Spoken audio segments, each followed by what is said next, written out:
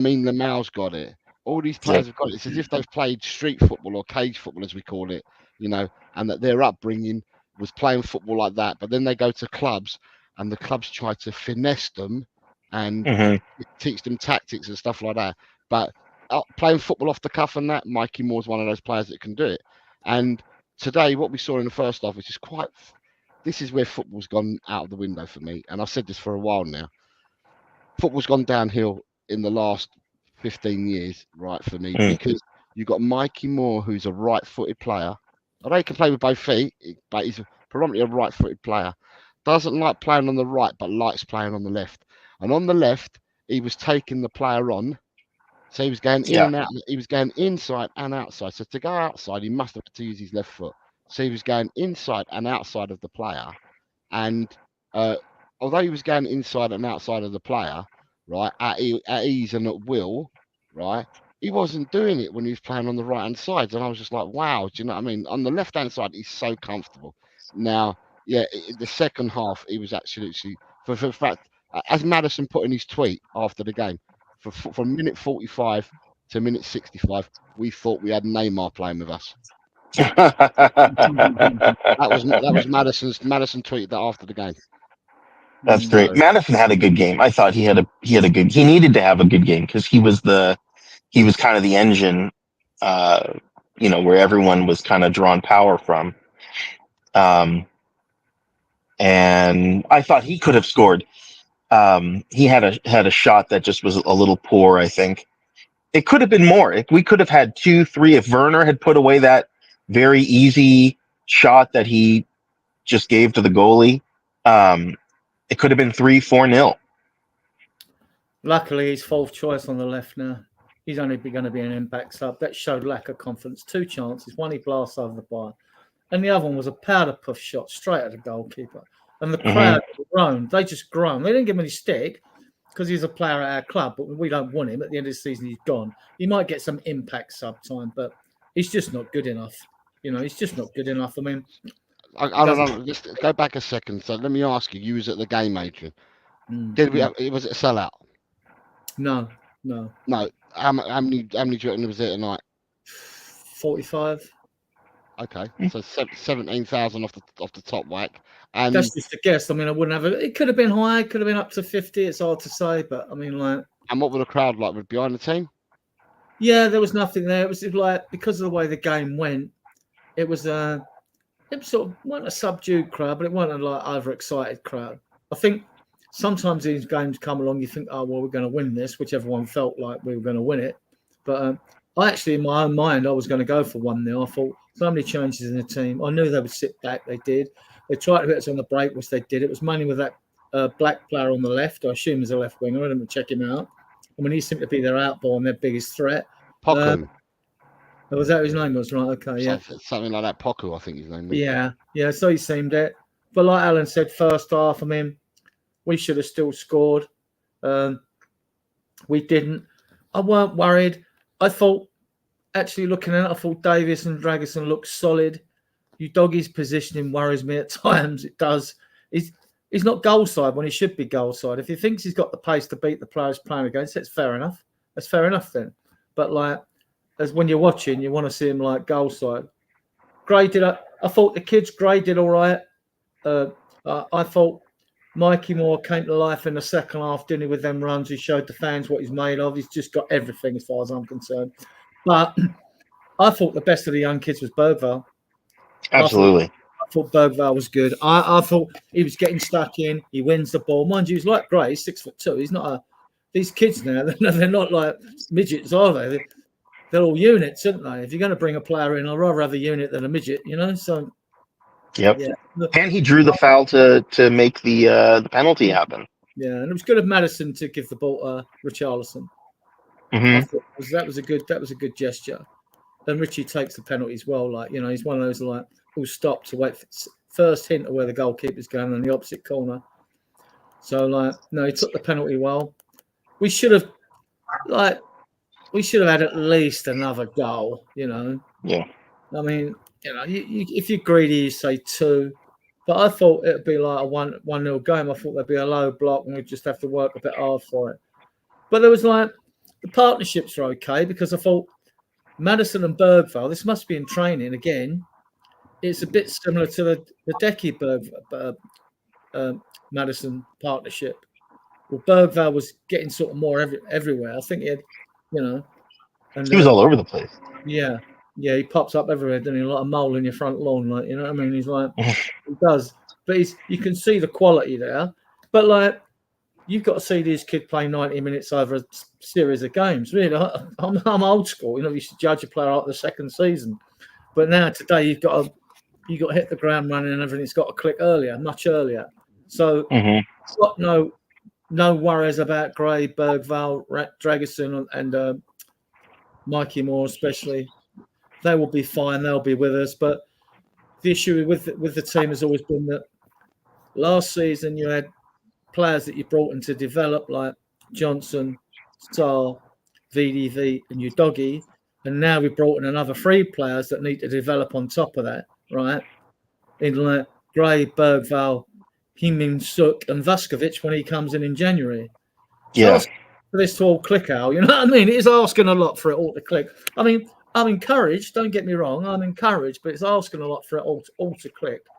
And when you make changes, that many changes, we weren't awful. We weren't like Coventry away, were we? No. So like, first half was bad, but not that bad. Yeah. So I thought crowd was sort of relaxed. I thought we weren't nervous at 1-0. I mean, it looked like they didn't offer a lot. And then, like, you could argue the case, say, well, our youngsters looked okay because they were very poor. But you can only play against what's in front of you. And Mikey Moore's going to destroy teams in the future. Mark my words, he will.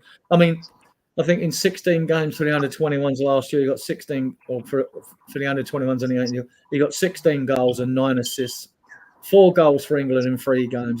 He scored a goal recently for England. That's 5. His stats are just absolutely mental, right? They're off the scale. So, and I'm like, I mean, he's got such perfect balance, like sort of Maradona style balance, like where his center of gravity, he can flick his waist left or right, and he's not uncomfortable. And with both foot, he's not uncomfortable. Right-footed, likes to play on the left, which is the modern game now, to cut in. Yeah. And I get that because crosses into the box. You could Google it, guys, in the chat. I think it works at about. Last time I looked a couple of seasons ago when I was debating, it was something like 1 in 60 or 64 crosses into the box result into a goal. So you can see why coaches have done the maths and they want wingers to invert and come in and close the space between you and a attacking player, because you should, in theory, get more chances. I mean, Decky, he's been brilliant this season. Always did it. I think he's had more incursions into the penalty area last season than any other player going. And people you don't go wide right. Slightly off on a tangent there. So back to you, Jose. Dan's with us. Hello, Dan. All right, Dan. What's up, Dan? All good, yeah? Yeah. All good. Tell these people what you got to say, because I've heard a lot of what you've had to say already on the other channel, but these people haven't heard you yet. I don't want to go on a complete rant about Werner again, do I? To start off with, that's what it was like. Say what you need to say, mate. This is a member show. Basically, I don't understand what the Ange is to start off with, and why he said it looked like this is like a long-term build, and then we bring in a 29-year-old Werner in the summer. I get why we got him last season, because obviously Son went to the Asian Cup. We needed a bit of backup. Then the Mikey Moore got called up into the first team in the summer, and then we signed Odegaard as well. And then we still got Werner. Werner is basically holding back minutes from Mikey Moore. Like even if Werner's getting only 10 or 15 minutes every game, that's still 10 or 15 minutes more than Moore can get. I heard a lot of people in the summer hype up a lot of these youngsters, saying a lot of them were ready. And then when it comes to Moore not getting played in front of Werner, I hear a lot of Spurs fans say, well, maybe Moore might not be ready yet, and maybe we don't want to burn him out. Well, I'm sorry, Werner is not making any impact in the minutes he's getting, and he's not going to be here past January or the summer, so I don't see any reason why he's getting played by Ange. But it's not me completely. I don't want to be coming across as this person who's like targeting Werner, but he's literally offered nothing to us on that pitch. Like people can say, like you can say about the cross earlier, but like if that's all we can point out in a 45-minute spell, he put in one decent cross for a winger. That's not acceptable in my eyes. Like he's supposed to be a senior player in this football team. This is a guy who is like he might not be a great football player, but he's still a Champions League winner. Like he's supposed to be like one of the senior players in this football team. And too many games he goes missing. And like this is what sort of bothers me about this Ange thing. Like he says about like because I don't understand about Werner's getting played in front of Mikey Moore. People like say, well, Mikey Moore, and I understand that, but then this is holding back potential minutes that Moore can get in the Premier League, where he could be learning in this league as well. Because like people can say he's not ready yet, but even if he gets 10 or 15 minutes every time Werner's getting them minutes, that's still more minutes than Werner should be getting. Because Werner's not going to be here past the summer. Well, they're coming out now saying it might be January, he might go, but he's not going to be here past the summer no matter what. And I just don't see why the long term strategy in playing him in front of Mikey Moore at the moment makes any sense. It's not like completely. Yeah, it's not me just completely going mad. Like, that's my one question of Aaron at the moment. Well, why is he playing Werner? Like, because like, has he seen something that we're not seeing on the pitch? Because I can't understand what like. But going on today's performance, like I'm not really convinced by the performance today, but I'm more happy about that it's 3 wins out of 3 now in the Europa League, and we're now in a very strong position now going forward, where we're basically 75% now basically through to the last 16 at least, where it's going to potentially probably take it's probably going to. Oh, sorry, mate. It's probably going to take a draw away in Galatasaray, which I think would be a very decent point, and then a win at home to Roma to probably get us through. 13 points to 15 points is probably going to get us through now, and we're already sitting on 9, so we're in a very strong position where we can probably. Where are we in the league, Jose? I think we're like second, top or second. We're second. Oh, in Europa, yeah, we're second. Second on goal difference. I haven't been in long. I walked back from the ground. So second on goal difference with Lazio, but I have said all along before this competition started, I listened to people that play on Football Manager, and because in Football Manager they've already got this season set up with the new formulas in that, and people that play Football Manager have turned around and said that in order to get through they needed to get at least 15 points to finish in the top 8. And so to me 15 points plus gets you into that top 8. Tottenham currently sit on 9.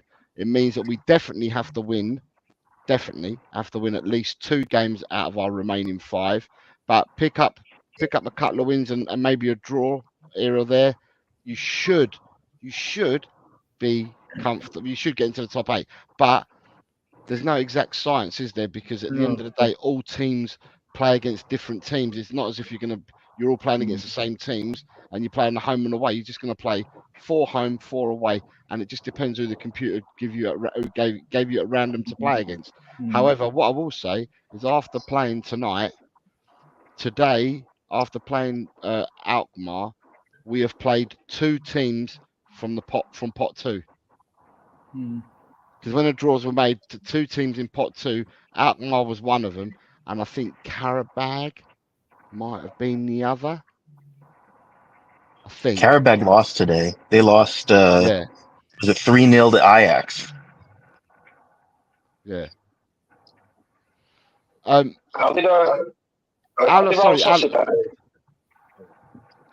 tell you now. Scores. Because they draw their first 2 games, and I was thinking they're probably one of the teams we've got to watch out for in Europa League, and they've been struggling in their first 2 games. Just getting it out now, and I'll let you know.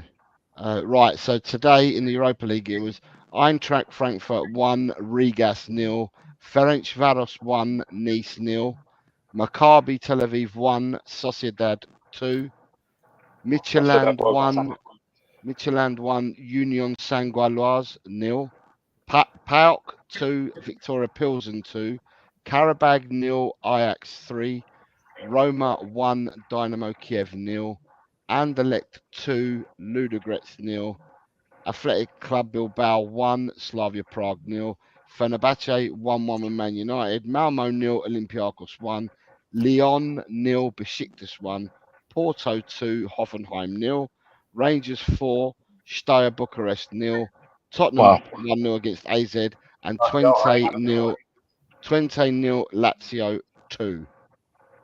Wow. So the old coefficient for fifth spot's looking good for UK teams, then. Yeah, if you look at the coefficient at the moment, the way we stand after 3 games, the way it stands at the moment, I was looking at this yesterday, so the way it stands at the moment is if you look in the Champions League, Arsenal, right, so in the Champions League, the top 3 teams are all the English sides, and Arsenal are currently 9th in the league. That's in the league tables. But from them games, so them teams would have played 12 games, right? Because they've all played 3 games each. Out of that, they've picked up 6, 7, 8, 9. They've picked up 10 wins and 2 draws, the English sides, in the Champions League. And then if you go into... So basically, you know that the Germans have got 5 teams, and you know the Italians have got 5 teams in Europe, in the Champions League. But with the Italian teams at the moment, you've got, on the coefficient, Bologna have 1 point for 1 draw.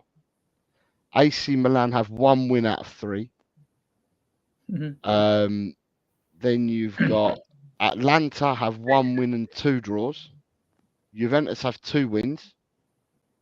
And the last Italian club, Milan, have 2 wins and 1 draw. So coefficient points, just looking at Champions League alone, the English teams have far more points with 4 teams than what the Italians have with 5 at the moment.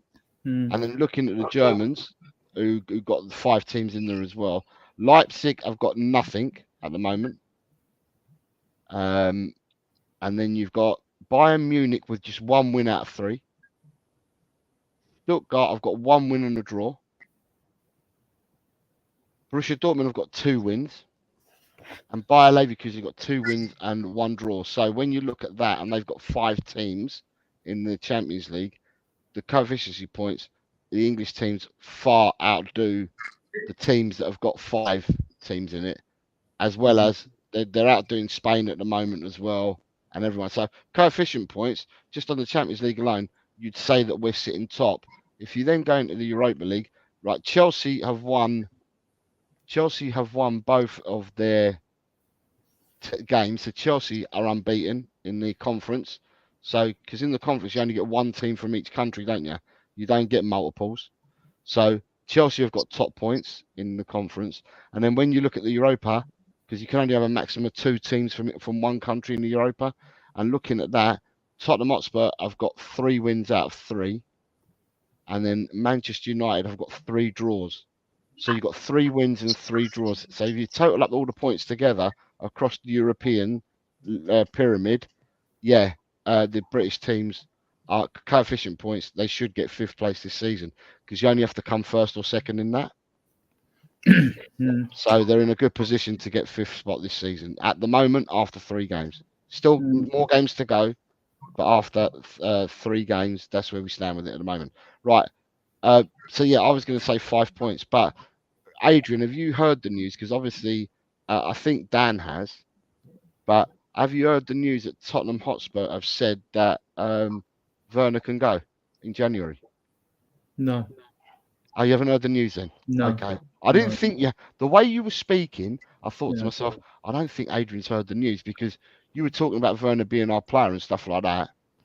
Well, I'm glad if that was part of the deal. I mean, I don't think it was part of the deal. I think he's just been told that now.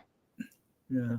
Well, I don't know because of his wages and that. If he's still got to be paid to the end of the year, then although you've got Son, Mikey Moore, and in front of him, then and even Odegaard was on the bench today, right?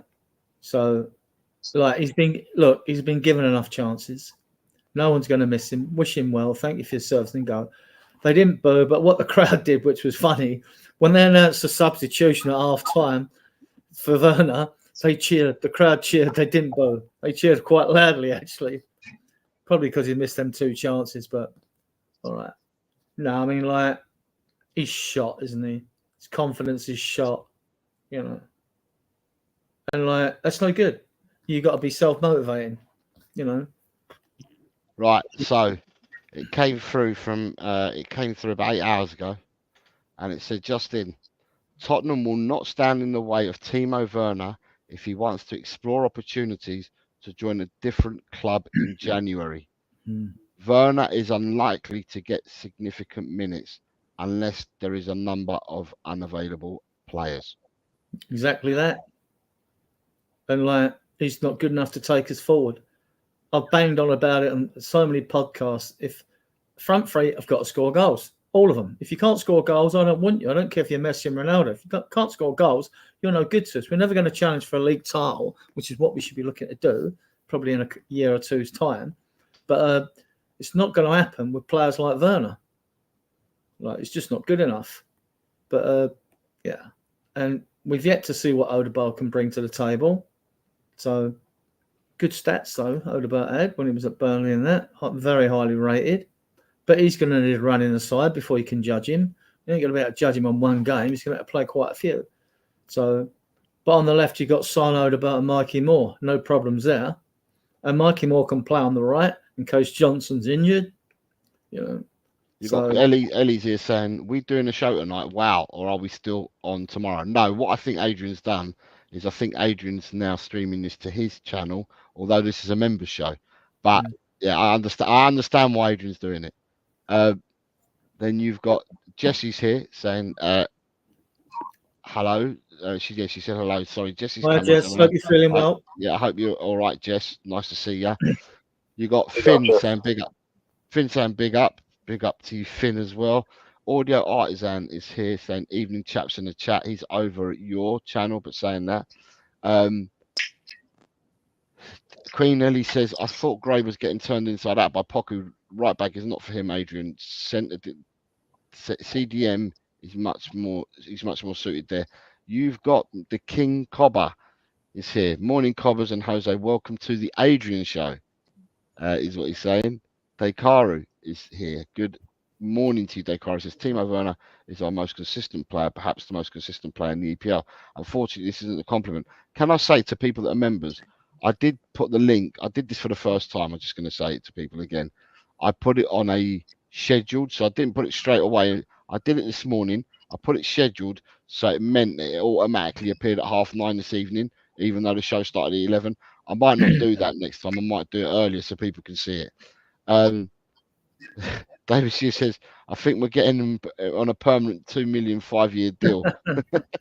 We're signing you as well, David. We're signing you as well. Then she's saying the first start we did some very nice moves, and Werner put in a beautiful cross to Mikey Moore. Werner held his run so well to beat the side trap, and then he puts the powder puff shot so poor. Exactly. And then she's saying Bavaria is beautiful in January. Werner, he must be offloaded in January. Destiny says he's proud. I'm so proud of Maddison letting Richie take the penalty. I thought there was a lot more into that from what we saw on the television than what you guys are saying. Audio, we can talk about it in a second. Audio saying a lot of red cards in tonight's game. Lord Rodney, good evening, mate. Says, but personally, I couldn't give a shit how we do against Palace. Play the kids. We should be putting everything into the City game. Dekaru's commenting that we got 9 points and Man United are on 3. Jose Mourinho did get sent off in the 58th minute, I think, for the Fenerbahce Man United game. Paul G's here saying, evening all. Queen Ellie, no, it's Dan Coys, but Dan Coys was the original Danny, not Daniel Lee. So it's Dan Coys. Nita is saying, good night all, been home for half an hour now from the game tonight. 3 points, that will do for now. We are on 9 points. Audio says, if Yang's coming in January, then Werner can do one. Nita then says, I'm just saying good night, as it's always a trek for me to get home from a game whenever I get the chance to go. Come on, you Spurs.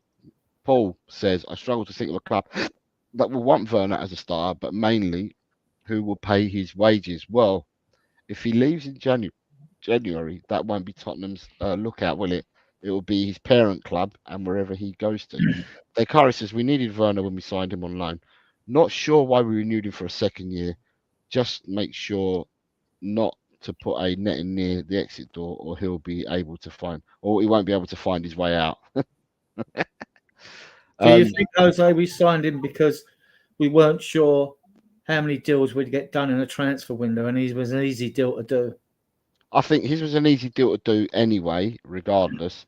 I just feel that, again, I think his deal was so easy to do, but I'm still of an opinion, like I was then, and I still am now, that someone was going to leak it at the club. And because they were going to leak it, we were forced to come out and tell. We were forced to sign him and then do it because someone was going to leak it. If that wasn't being leaked, I don't know whether Werner would have been signed or not. He probably would have waited towards the end of the transfer window, looked at what you've done. If you then feel that you can still get him, then you would have brought him in. But I just think that, yeah, he was announced as our first signing because someone was going to leak it from the club. I still maintain that. I said it back then, and I'm going to say it again now. But what I said today, for those that haven't or didn't watch me on We Are Tottenham TV, the pump up show earlier, I turned around and I said that on the Irish Hotspur 3 weeks ago when I was doing the pump up show there, I said to Dave at the time, Werner for me will start this game. Whoever we were playing, it was on a weekend game, and I said, whoever what will happen is that Werner will take Son's place if Son's not playing. But Mikey Moore, from what he's done in the 2 European games, right, and what he's done, like the cameos that he's come off the bench, he's closed the gap with Werner in like who gets selected after if Son's out, right? And I think it proved it today, whereby at half time, not only has this news come out, but then at half time, Werner gets hooked, Mikey Moore goes to play in his position, and it's night and day football, isn't it? In all honesty, I mean, no one can hide from that. It was night and day football when he went and played there, and the humanistic part of me feels really, really sorry for Werner, because Werner can't catch a break, left, right, centre. He can't catch a break in anything he does.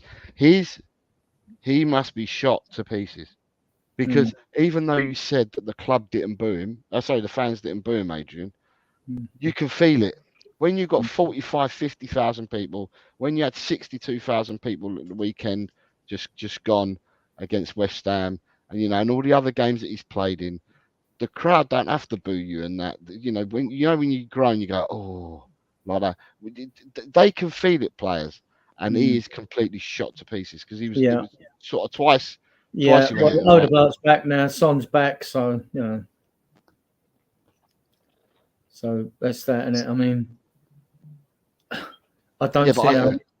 Go on. So no, because I've just seen Lord Rodney's been very humanitarian, saying Jose's a multi-millionaire. I don't feel sorry for him for shit, or get off the pitch. I'm just saying on a human level, he is shot to pieces. On a human level, I'm not talking about football level, but just on a human level, he must be shot to pieces, because if Tottenham do not look like signing him, right? That his parent club clearly don't want him, otherwise they wouldn't let him go on loan for a second year. So clearly don't want him. So he's just like, he earns all the money under the sun, and all football players do. But I'm always told, and when I used to play football, Dan, you used to play football, Adrian, no doubt you used to play football as well. The one thing you want to do as a footballer is play football, play matches. Do you know what I mean? So at the end of the day, he can earn all the money under the sun, but he wants to be playing football, and he can be on whatever wage he's on and that, but he'll want to just keep playing football. And that's the humanistic side of me that talks about that side. And then you've got Dakar saying, I understand Ange not wanting to rush more, but I think we've now hit the point where we need more. And then you've got good evening, Jose, Daniel, and Adrian from Ryan G. And Destiny 5 says, Werner has all the finance and chances to do well, but he failed to get rid. Ain't our problem. What did you take of Richarlison's performance? I thought he worked so hard. Right, can we talk about the penalty, Adrian? I don't know. You was at the stadium. Was you at the end that he was taking it, or was you at the other end? No, I was at the end he was taking it, because he was taking it in front of the south stand. Okay. And I'm on the east stand, right, parallel with like virtually parallel with the corner flags. Okay, because Dan will quote me if I'm wrong here. Dan, you watched it on the box as well, didn't you? Yeah. It looked like. I did, yeah. It looked like Maddison was absolutely incensed with Richarlison, because Bentancur came over to try and calm Richarlison down, and then he wouldn't let go of the ball, and Maddison ended up taking it off him, And Maddison looked really, really pissed off. And even after Richie had scored it, and he goes off to celebrate the goal, Maddison's gone up to him and sort of like rubbed his head and stuff like that. But the look he gave him weren't the look of a really joyous captain that you've just scored a penalty. Is that what you noticed? Because on telly it looked like I was so eager for us to score a goal. I didn't really look at any of that, to be honest with you. I wasn't looking for that. That's something you would pick up on TV, maybe not necessarily at the ground, because with the crowd, like you've scored, they're cheering and all that, like And, is that what you saw, Dan, or was I seeing something different? Well, I think personally, I don't think he was that mad about it personally, because I think if you look at it like, it definitely wasn't as bad as the Chelsea situation. I thought it was going to get as bad as that at first, because you could tell. I thought, well, Richardson obviously got told at first by Bentancur to go away to let Maddison take it, and then Maddison's let Richie take it in the end. And then Rich, apparently, what's come out after the game is that Maddison's apparently had a little change of heart and then realised, well, when he come back from injury, it took him a little while to get his confidence back because he didn't score for a little while. We didn't get his performances up. We still his performance is great at the moment. And obviously for Richie, where he's a number 9 as well, you just want to get back into the goal scoring run as soon as possible after an injury. So I think I don't know if that's Maddison trying to save face, but if you've noticed that, Josie, I might have just not noticed obviously them signs, but I'm hoping it's what Maddison said after the game. He's obviously then realised, well, Richie's the number 9. We need to get his confidence up ASAP. So then he's decided to take the penalty, which is then a good sign of leadership. Because then Maddison's obviously not been selfish then, and then realised Richie's the number 9. He's probably the one who needs to get his confidence back ASAP. Well, I'm hoping that's what's happened. But then if you think Maddison's a bit peed off about it, then I'm not 100% sure. Is he obviously just saying that in the interview because he's saying that in front of the TV cameras? You don't obviously want to. And then deep down, he's obviously weren't too happy about not taking the penalty. Yeah, because I'm just talking about what I saw there and then on the pitch at the time of the pitch. That's what I'm saying that I saw. Now, you got Destiny saying Richie showed balls with that finish because he went right down the middle, didn't he, with the penalty? And then Destiny also says Maddison's interview after the match showed class. I've not heard the interview, so you guys are referring to an interview that I've not heard yet. So I'll have to listen to the interview. I mean, he might have calmed down after, Dan. He might have calmed down after, but what I'm saying is what I saw at the time, he was like incensed, like he was the captain. He's the captain and that. I would have thought that your penalty taker's already sorted before the game starts. And to me, for love nor money, it looked to me that Maddison was the penalty taker because he went and got the ball. I don't think it was captain's head saying, "Give me the ball, I want the penalty." I think that he was the designated penalty taker at the start of the game because that's why Maddison went to get the ball. That's what I think. I might be wrong, but that's what I'm thinking. Good point, Jose. I mean, I don't think fans were really looking for that. It's something you look at more when you're watching on TV. This is where I don't take in everything when I'm at a game. I mean, I was more on young player watch. I was more watching on Dragerson. I was more sort of watching, Bergvall, Gray, and obviously Mikey Moore. And once I'd see the lineup, I thought, right, I'm going to watch you 4 guys more. So I was more focused on them. I mean, I couldn't actually say. You'd have to tell me if you thought Bentancur or Maddison had a good game because I wouldn't know. We won the game. It doesn't matter. But I mean, sorry, predictions is at 4:00 tomorrow, John. And at the moment, I'm still toying with the idea still, but at the moment, I currently have 3 bonus games. But I might not go for 3. I might have to knock it down to 2. And I might even have to change the teams that I've selected as well, but I'm not sure. Mark Cook's here saying, evening, everyone. Good evening, Mark. It's been a while. I hope you're well, mate. Sorry, Adrian, carry on. Yeah, so, I mean, like I said, did you guys think, how well did you think Maddison and Bentancur were today? Dan, I'll let Dan talk first because Dan didn't like Bentancur's performance. I didn't think he was that great today, personally. I think he was he went, I want to say he was rubbish, but I think in time he was taking too many touches on the ball one time as well. He put Gray under needless pressure as well I think he was holding off 2 men as well, and he could have passed it back to Forster, and Forster could have hit it up, and he's passed it to Gray right on the wing, and then Gray's had to Gray's had the ball stolen off him, and then they're back on the attacking in the space of a second. There's a couple of times as well where he's held onto the ball for too long, and he hasn't released it quick enough, which is for a senior player like Bentancur, that's something I'm not impressed about. He's well, not. I'll just say that more for myself. He's What's not a 6 or a holding midfield player. To me, he's an 8. I Yeah, like Bentancur, I like when he's driving us forward up the pitch. And then I think he's probably on his day. If you have all the fit midfielders, he'd be my first pick. But because Maddison's not going to be consistent throughout a season.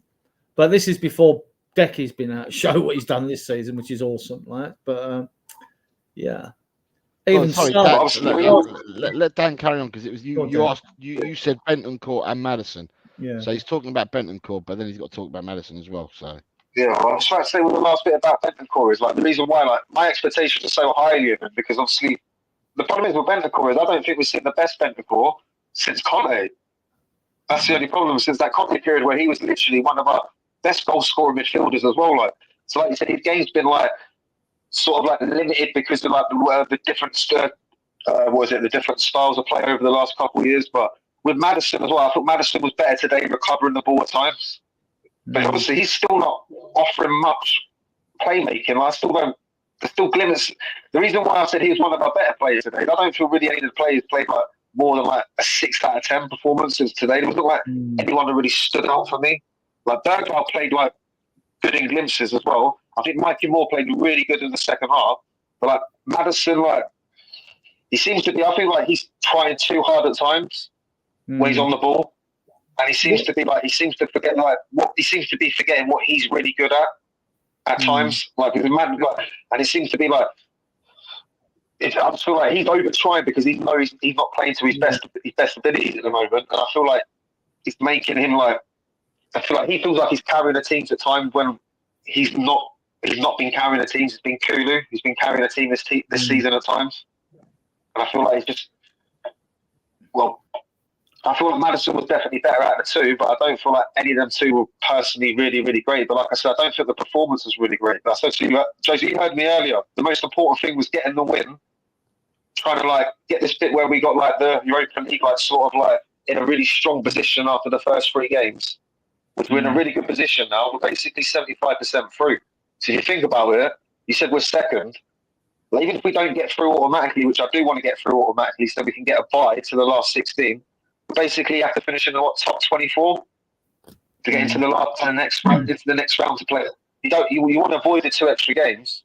I said to Josie, Josie heard me earlier. The League Cup game to me against Man City is a massive game next weekend or next week, because that's an opportunity now to get into the quarterfinal. That Man City are probably one of the favourites in that competition to win it as well. If you take Man City out of the competition, that's an open competition then as well. It's the last 8 as well. It's a real massive opportunity then for Spurs to get a trophy early in the season as well, taken to the rest of the season as well. But some people downplay the League Cup, but it's a trophy I've only ever seen us win in my lifetime, 2 League Cups. I was only 10 months old when we won the FA Cup 91. I was born in 1990. But a lot of managers build their basis on winning the League Cup as their first trophy. Mourinho done it. Guardiola done it. Guardiola done it at Man City. Mourinho done it his first spell at Chelsea. Won the League Cup final against Liverpool. I'm not saying that Andrew's going to have a Mourinho and Pep spell at Tottenham, but sometimes you have to build your foundations on trying to get a big success in the League Cup, get the winning mentality in your squad, and then taking it further. I can't see why we can't target the League Cup this season if we can take Man City out of the competition. So I want to see the best starting 11 playing in that game against Man City. That's what. Sorry, Jose, mate. No, these are the games you got. I'm just listening to what you got to say. These are the games you got on Tuesday night. Southampton play Stoke City, and Brentford play Sheffield Wednesday. And then on the Wednesday night, it's Brighton versus Liverpool, Villa versus Palace, Man United Leicester, Newcastle Chelsea, Preston Arsenal. So if you're looking at that, you're going to have four teams from the Premiership will definitely go out on Wednesday night, because there's 4 Premiership ties, and with our one being the 5th one. So if we win, 5 Premiership teams will definitely go out on Wednesday night. So you're going to have at least 5 teams. At least 5 Premiership teams will be in the last 8 at least, and then other than that, you've got to choose between Preston and Arsenal, Brentford and Sheffield Wednesday, Southampton and Stoke City. So what Dan's saying is, you get past Man City, who are the favourites for the cup, then I don't know whether the draw opens up. But what I've always maintained is I want us to chase a cup, but I want us to get home draws. I'm being selfish. I want to win every game. I want to win every game, but I want home draws. I want home draws and home draws, because I believe that our fans could be that. We haven't won a cup for so long that getting a home draw, the fans driving you on and helping you, it puts us in a better position, is what I'm trying to say. Like realistically, you still got like Arsenal where Preston there. Arsenal probably going to get through that tie. Like I completely forgot about, obviously, Liverpool, the reigning holders of the League Cup as well. Now, obviously, they're going to be one of the favourites to win this competition as well. They're away to Brighton. That's obviously, so Brighton or Liverpool are going to be out. One of them the next round. That's a massive plus. You got Villa Palace, Man United, Leicester, Newcastle, Chelsea. Yeah, it's going to be. I mean, the semi-finalists. Well, look, you have to believe when you get to those situations. I mean, you've got there because you've done the biz to get there, and it'll be the same for the other teams. I don't see why we can't win this League Cup. I don't see why we can't win the League Cup and Europa League. FA Cup, I've parked that. It doesn't start till the 10th or the 11th of January. No, it started already. Well, I know it started, but for us, but I mean, like, if we draw like Liverpool away or Chelsea away or Arsenal away, you've got you've got to come up with a performance. Not that we can't beat them away. We can beat anyone. I think this team will grow. And what I really want to see with this squad is like improvement and growth. That's what I want to see. But I want a trophy. I want a trophy as well. And I don't see why. I mean, if we beat Man City, great. Should we not? Then people think, it's Man City. I think the fan base would take it a bit easier, depending on the team that's put out, as you rightly said, Dan. Right? I think that on that. But I think that League Cup's winnable. I think the Europa League definitely, because once you start getting through a cup, you build momentum, and then you'll get what we had in the 1990-91. You get a buzz around the club. It isn't there yet, right? But there's a buzz. There's a buzz around the area as well. I mean, I know it sounds different to people who are nowhere near, but you start to get that buzz around the club. And then instead of you hoping, you start to believe. That's the difference. We all go in the season with hope, but when you come in to believe is when you think, we put in these really good performances. Well, we've started in the league this season, so we're okay. We're doing okay, but we'll see.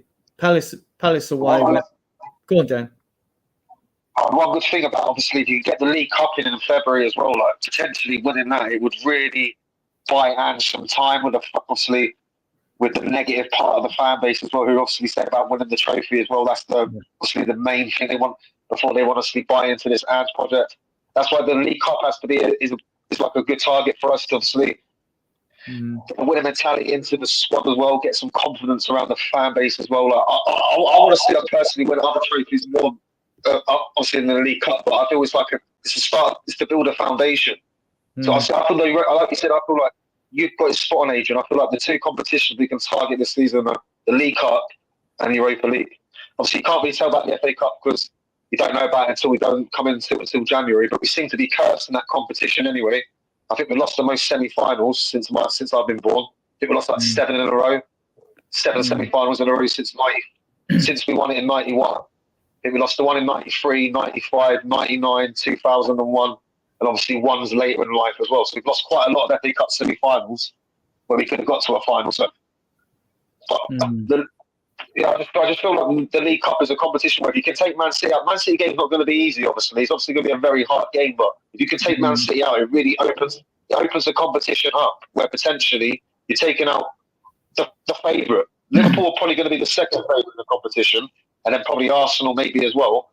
If you take out Man City, it does really make the competition a bit more open then. Well, if we then get it, if say Liverpool and Arsenal both do get through and they both draw each other, then the competition even get you never know. But Spurs never seem to get lucky with the draw. If we get past City, we'll probably end up getting Liverpool next, knowing our luck. If Liverpool got through. It's going to be down to squad without additions in January. It's getting through to the January window where we need a left back. We know we need a left centre back if one of our 3 centre backs, our young ones, Dorothy Phillips or Vuskovic when they come in, like, are going to be given game time or sent out on loan again. So we know that. But the thing with it, I mean, like Jose was alluding to 1 minute ago, like, we got these they're all hard games. When people say, look, 5 games ahead, the 5 games ahead never turn out the way you think they're going to turn out. They never do, right? Unless you're Man City. And like, you've got those 3 games to finish off October. Then in November, we've got 6 games, but you got that. And the dreaded international break might be a good thing for us, according to because I don't think Maddison's going to make the England squad. Solanke might, but he probably won't play. That's from the 10th to the 18th, so you get 6 games. But in December, we've got 8 matches. 8 matches in December, virtually one every 3 or 4 days. You know, and like, this squad he's going to have to. If he gets criticism, it'll be out of team selection. But there's going to be times when he's going to rest players. He's going to, depending on who you think its strongest team is. You know, I think we know the back 4 and the goalkeeper. I think we know in midfield. It depends who's on form. You know, it's either like Basuma with Decky and Maddison, or it's Basuma, or it's Bentancur with Decky and Maddison. But then you've got so many options because we've got to pick a 7 there. You know, you got Sarr, who I thought was okay today. That kid's got some energy on him. Like, he's got some lungs. I thought he was okay when he come on, and he can pass. So basically, you got Palace on Sunday. 3 days later, it's Man City. 4 days after that is Villa. 4 days after that, it's Galatasaray. 3 days after that, it's Ipswich. Then you got the break, right? Yeah. And then after the break, we play Man City. And then 5 days later, so we must be playing them on a Saturday, because 5 days later, we're at home to Roma. Then 3 days after that, on a Sunday, we're home at Fulham. Then 4 days after that, we're away at Bournemouth. Then 3 days after that, it's Chelsea. 4 days after that, it's Rangers. 3 days after that, it's Southampton. Yeah. And then we've got a week. The first week we've got off. Now, I'm going to say it's our first week off between the 15th and the 22nd of December. I have this really funny feeling that if you get through to the next round of the Carabao Cup, right, that will be the week that them games take place, between the 15th and the 22nd of December. So you beat Man City, between Southampton and Liverpool, you have another game, right? Then you've got to play Forest 4 days after that. 3 days after that, you're playing Wolves. And then 6 days after that, you play against Newcastle. Then it's the FA Cup, and then you start with Arsenal again. There's 4 games there's 1 game every 3 days. I know. Right, at the moment, all the way. This has got to be wrong. This surely's got to be wrong. They must change this. It says that we play Elfsborg on the 30th of January. And then we play Brentford on the 1st of February. That's wrong. Before the draw for the European games are those that qualified come into play. But No. But Adrian, that's only 2 days. Right. Elfsborg on the 30th of January and Brentford on the 1st of Feb. All right. It's a 2-day a turnaround. positive, right? If you consider it a positive. When we play Man City away, not in the Carabao Cup, the 3 games I looked at this, because I was looking at our leagues, I think, this is all. We'll see how our squad copes with this, right? Before we get to January in that month when the transfer window's on. But there'll still be games during the transfer window. I think for a month, that, there's a few games on. But when we play Man City away, prior to playing Man City away, their 3 games before they play us are all away from home, Jose. Man City's free. They got 3 games away from home before they play us, which helps. I think. We don't know how our squad's going to be by the time we get there. I mean, are you talking the 23rd of November game? Yeah, not the Carabao Cup. So that's when we come back from the international break. Our first game is Man City. Yeah, and they'll have come back from the international break, and I don't know what our players are about. Whether Richarlison will make it back in the Brisbane, I doubt it. I mean, like, Decky will be away, obviously. Like, there ain't too many. So Udogie, Vicario, so Man City got 3 games, and they got European games, and they got 2 away, another 2 away games. So good time for us to play them again. It's always a good time we play them away anyway, because like, I mean, they do beat us, but like out of all the teams in the Premier League, you know, the team we've beaten next, believe it or not, is Man City 28. And after that, now after the West Ham result, it's West Ham on 27. So we are a bit of a buck to Man City, you know, since the Premier League's been going, you know. But yeah. Got Milton here. Good morning to you, Milton, because you're in Oz. Says good morning, mate. Says hope you're well, Jose and Adrian. Big up everyone in the chat. Smash the likes. Dekaro says, and with all those games, that's why we need squad depth. Exactly that. Exactly. So what we were saying earlier, in We Are Tottenham TV, the pump up, Dave Harris was saying he's quite happy with the news that came out of Tottenham about Werner, because if Werner was then to leave, that would free up a Europa space for Jed Spence. Yeah. And then the other thing I'm thinking of that someone else put in the chat earlier is if Werner was to leave, we got that other new boy, haven't we, coming in February, end of Jan, beginning of Feb. The boy, the boy that we Yingman Hook, or or Vaskovic, Hook, and Vaskovic. Yeah, I know, but Hook comes in. I'm talking about Werner's a wide player, so's Hook. Do you see what I mean? He looks a baller in his league. I tell you what, the only thing I like it, I don't know whether he can be good for us in the Premier League. You got to see him. But one thing about Yang-Min Hook, that kid can score goals, right, from outside the box and all that. He is a handful, but remains to be seen. I mean, it just looks good in what I've seen of him. I did post a video everywhere the other day of him keeping a check up on his 24 season, and just to see he's a talent, but I don't know. I can't tell. It's going to be good, right? Milton's 10 hours in front of us because it's 10 a.m. already on Friday morning for Milton. Milton, can I ask you a question then, please, mate? Do you know what the lottery numbers are for tomorrow or for later on today? Because you'll probably get, if you're 10 hours in front, that means you'll get them 10 hours before we do. I'm only joking, Milton. I'm only joking. I hope you're well, mate. My only thing about the South Korean lad is a lot of these players that come from South Korea, they usually go to another league before they transition to the Premier League. And so you see where, obviously, Son went to Germany first. Obviously, Ji-Sung Park played in Holland with PSV. The one at Wolves, obviously, I think he played, was it at Salzburg or Leipzig? Is it Wang? Yeah. The one who plays for Wolves? Where did Matoma play? Where did Matoma play then? Yeah, I think you're right on Matoma. I think Matoma did come from the Japanese league, but I don't feel as I think Matoma might be the rare breed of one. Obviously, Matoma, obviously, I can't think of anyone else besides Matoma. Obviously, he's come from the Asian leagues directly straight to the Premier League and really succeeded without going transitioning first from the Dutch or the German league and then making their way through that way, their pathway through that way. So I'm thinking, does he have to maybe go out on loan first in January, maybe to a championship club, but maybe to a German team or maybe a Dutch team? And then I'm not saying that, but I get that. Yeah, I'm not obviously. I'm just going by past history. Obviously, we're not. Obviously, if you think about the players, Ji-Sung Park was early 2000s. This is years ago. Obviously, so maybe he might be a rare breed where he can come straight over and make a bit of an impact in his first 6 or 12 months. But I'm just saying, a lot of these South Korean players who've been a success in England, they played in England. They played in other leagues first before they made their way over it. But could it also be, Dan and Adrian, right, that transfer markets, the scouting of players and everything has changed completely now?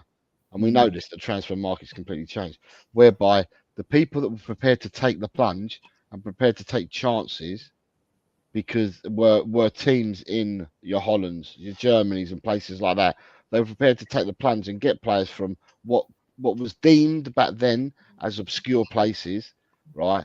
Because all the Premiership is about, or the Premiership model is all about trying to get the best and pay the most money to bring players in. So therefore, the Premiership didn't really look outside to all these obscure places, so to speak. Other countries did. They then made it at the countries that give them a chance, and then the Premiership then brought them in. Whereby now I feel that the Premiership has changed so much as well that they're scouting for players, and the young players that are coming here and don't have to and can bypass other leagues, so to speak. Do you know what I mean? If you're buying them, it's just another thought that I'm just thinking with Yang Min Hook, if they ever look, they're going to have a look at him first, apart from all the video they'll have watched and all that. But on the left-hand side, we can say quite safely Werner goes. Then you got Sonny and Mikey Moore. Mikey Moore, I think, would prefer to play on the left because he's right-footed. But that would leave you Odegaard, which is a madness. It's an absolute madness that you can that Mikey Moore looked a different player in the second half, playing on the left-hand side, and he's right-footed. And on his natural right foot, he looked stronger in the second half. Oh, look who we've got. We've got Rorty in the house. Hello, Chang. A very, very good Friday morning, everybody. Over here in Southeast Asia, it's just past 7 a.m., which means it must be past midnight over there in Britain. So with that, I believe the weekend has officially kicked off, and what a way to usher in this weekend with that win, a very narrow and scrappy win over Alkmaar, but a win nonetheless. And can't wait for the Palace game to get underway. I know it's slightly over 40 hours before that London derby, but what a win by the lads. Great to see Richarlison back amongst the goals, although I have to fully credit James Maddison here for giving up his right to take the spot kick. If that was Son, if Son was on the pitch and if Son had the captain's armband, just maybe he would have held onto the ball and tried to, get his first European goal this season. But credit where credit is due. James Maddison, you have proven your worth. You have shown your captaincy material, and more of the same, please, from our other captains like QT Romero and Son Heung-min. But Chang, Son's only scored 165 goals and got 85 assists. He's only had 250 goal contributions in 416 games. So obviously his legs are gone and he's rubbish, right? You know what I mean? Right? And like the last two seasons, I've never known a player come under so much criticism like when he was their only forward that could score goals. Honestly, I just don't get it. Neither do I. That's you and me both, Mrs. Roca. So we've talked about the game, Chang. Obviously, we haven't heard your point of view. What did you think of the game then? Okay, so I can only say for certain of what I saw in that second half, because when I woke up at 4 a.m., the first half had already concluded, and just as I turned on my tablet to watch the start of the second half, I saw Brennan Johnson come on for Timo Werner. Now, I did read some tweets or some posts on social media saying that Timo Werner should never even have started, let alone, finish that entire first half because of the misses or the chances that went begging that fell kindly for him. But I can only speak of the second half, and that second half, I think what Maddison said about Mikey Moore, that first half hour of the second half was spot on. I can't remember another 17, 18-year-old. I can't remember another teenager that absolutely lit up that left wing quite like Mikey Moore did on an European night in front of the home faithful, quite like him. And that was such a joy to behold.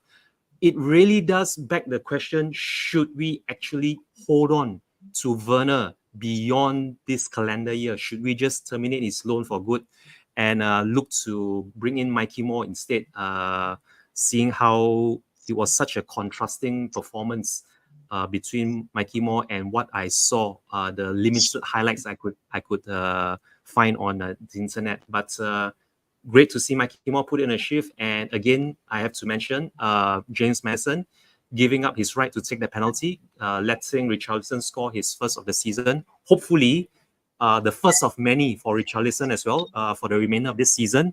And the players that were rested, or rather the players that were rested and came on that second half, the likes of your Kulusevskis and also Johnson, I hope they are up and ready for the Palace game, because that isn't going to be an easy game. Mark my words, in this season, the Premiership has proven that there are no easy games. You need only look at the Wolves and City game to see for yourself that it can be a top versus bottom clash, but there are no easy games. So that was a very resounding win, but that's over.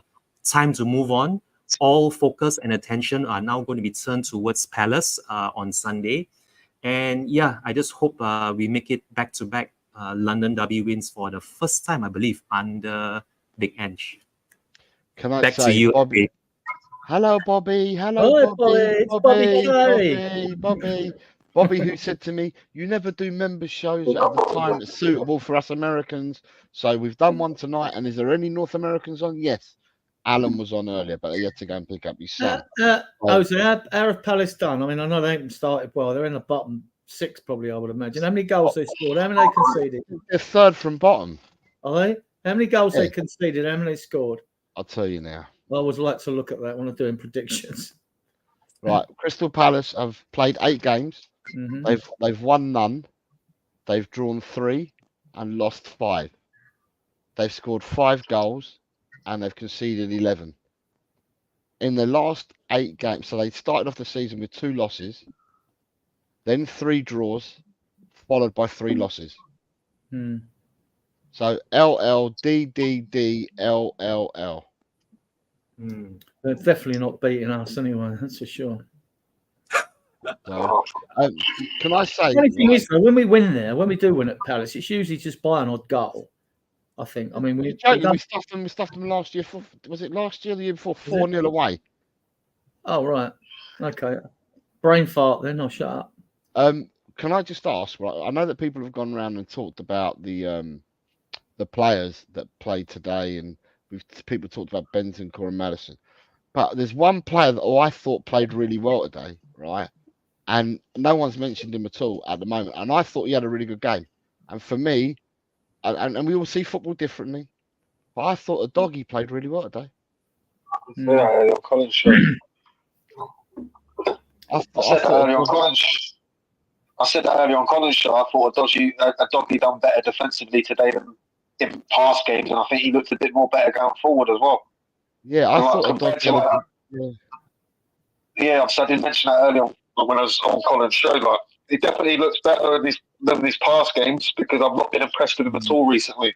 So I think he's become a bit of a defensive liability in the last few games. Where you could target him more than you can target Porro in the last few games, and he could just make just as many mistakes. But today was definitely an improved performance.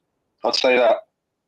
So when they were attacking down their left, our right, to go down Gray's side, right, there was an overload where a lot of players came towards the right-hand side and the defence was drawn right across, and there was balls that were being played across the 18-yard box, cutting in and playing across the 18-yard box. And the doggy was coming in from left back and coming right across to pick the ball up. He won about 3 different occasions. He won the ball and then carried it out from what I would say is the right centre-half position and then started our attacks again.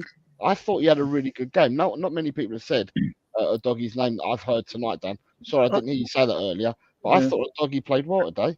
So I mentioned earlier, that's interesting because I mentioned earlier that we looked at the statement be 4-3-3 or 3-4-3. We looked at times, right? And what I noticed, Gray was, and now I don't know if this was tactical in the first half. I mean, there's no inverted fullback. Gray's not an inverted fullback. I mean, the first half, I thought his performance was quite reserved anyway. Whereas Udogie, I think maybe he's given license to get forward a bit more than Gray. I don't know enough about Alt Martino if they're stronger on the side Gray is. So maybe he was told to just they lost Van Bommel. Van Bommel is their left-sided player because Poku's right-sided. But because they lost Van Bommel early, Poku then went on to the left-hand side and their substitute then played on the right-hand side. So they switched off Poku. They switched Poku round when Van Bommel went off injured. Then their number 7 was injured quite early. He's good on the ball, though, right? Go on, Danny. I'll ask you something 1 second. Do you reckon that was a penalty right in the end? Yes. On other words, I do. Yes. Because the follow through from the goalkeeper, that's definitely a penalty. And in the UEFA competition, I know it's UEFA as well. I know the Euros is a bit different, but UEFA is a Euro format as well. the same sort of like same, obviously run by the same federation, and they gave a penalty on Harry Kane for a follow through against was it against Holland in the semi-final? That was very softer than that, and this one was much more going through with a follow through as well. And I think that was more of a penalty than the first one. When they showed the replay, when they showed the replay on TNT, watching it on TNT, the goalkeeper clearly connected with Odobert. But I mean, they didn't magnify and show you, but the defender was clumsy behind Odobert as well, and I'm not too sure whether the defenders actually made contact with Odobert before the goalkeeper did anyway. But the goalkeeper definitely made contact with him. Definitely. And for me, when they went to VAR on it, I honestly, Dan, I thought to myself, right, we're getting a second penalty here, because when they showed you it, what VAR were looking at, right, it was clearly the goalkeeper had touched him. The goalkeeper had gone through him, so I thought it would have been a penalty. I thought it was as well. Yeah. But so 3 shouts and one was given. I'm not too bothered with one, and where I am up high, looking virtually parallel with it, because all the players are in a tangle in a straight line in front of the goal. You couldn't see anyway. And I said to the guy next to me, he went, "Well, I didn't see it either." So, and you don't see a lot of decisions. You're waiting for them to come up on the screen. Yeah. You know, and like, watch the goal. By the way, if I don't mind me, if you don't mind me asking, was that actually our first penalty that we've won in all competitions this season? Quite possibly, because I don't remember us scoring a penalty. Okay, just curious. I barely remember us getting any penalties ever, mate. So it wouldn't surprise me if that's our first penalty. We barely ever get any penalties, do we? It's our 19th goal we scored this season. That's all I know. We conceded 9. So I think we got one the entire last season, didn't we? One penalty the entire last season. So we don't get a lot of penalties this team for some reason. No, we're not Liverpool. That's why. Yeah, but if you're going to squabble like we did tonight over a penalty, I'd rather not get them. I'm joking. Right. Good evening, Dan. How are you, mate? Or good morning to you, guys. It's gone past midnight, so I'll say good morning. Yeah, good morning. Good, yeah. You just caught me before my bedtime. I see you guys going live for. Just thought I'd pop in and say hello and see how everyone is. Yeah, not bad, mate. What did you think? I saw some of your comments in the WhatsApp group, but what did you think of the game tonight? Yeah, it was a bit of a mess, wasn't it? On reflection, you have time to think about these things, and there was a lot of changes, wasn't there? And the team couldn't get any kind of cohesion, and it was a little bit of a mess, wasn't it? But at the end of the day, we got the 3 points. You could criticize it to death, of course. I think what it is, guys, is that I just expect more. I just expect a better game, just a bit more kind of in control and a comfortable game. That's what I was hoping tonight. But then, if you really think about it, with all those changes, it's quite hard to do that, isn't it, guys? 9 changes it is, yeah. I actually felt that we were in control for the majority of that game. I thought, in all honesty, I mean, Adrian, you were at the game. I thought that AZ probably had 5 minutes of that game where they probably had dominance for about 5 minutes in the second half. But then apart from that, I thought that we controlled the game. It doesn't matter who played. It doesn't matter who played. I felt that we were in control. I never ever thought, Dan, did I get any feeling whatsoever that we were going to lose that game. No, I didn't think we'd lose it. There was a few iffy moments, wasn't there? I mean, it's really interesting to hear what you say, that you thought we controlled the game. It just tells you just how we all see it so differently, don't we? And that's fine, man. We all got our different views on it. But I ain't seen the stats on the game, and I'm not looking at the stats. Neither have I. Yeah, I've not even looked at the stats. I'm going to try and see if I can look at them now. But that's the feeling that I got from watching it. If you look at it like basis of that, we control the game and like we control most of the possession, and like the only periods of like Alkmaar's real chances come from is transition. So a couple of times they transitioned on us quite well. which is like that's what's going to happen when you like. We did dominate a lot of the game in like possession wise. Obviously, Alkmaar had their little periods in the game where if it weren't for Forster making a couple of decent saves, then Alkmaar would have scored. We still can't deny that. Obviously, if you like go through like the basis of what Joe's is saying, we were in most control of the game. Most of Alkmaar's chances did come from them like transition on us quite quickly. Where when you have possession of the ball that a lot, that's going to happen sometimes, especially if you're sloppy in possession every now and then. So it's also going to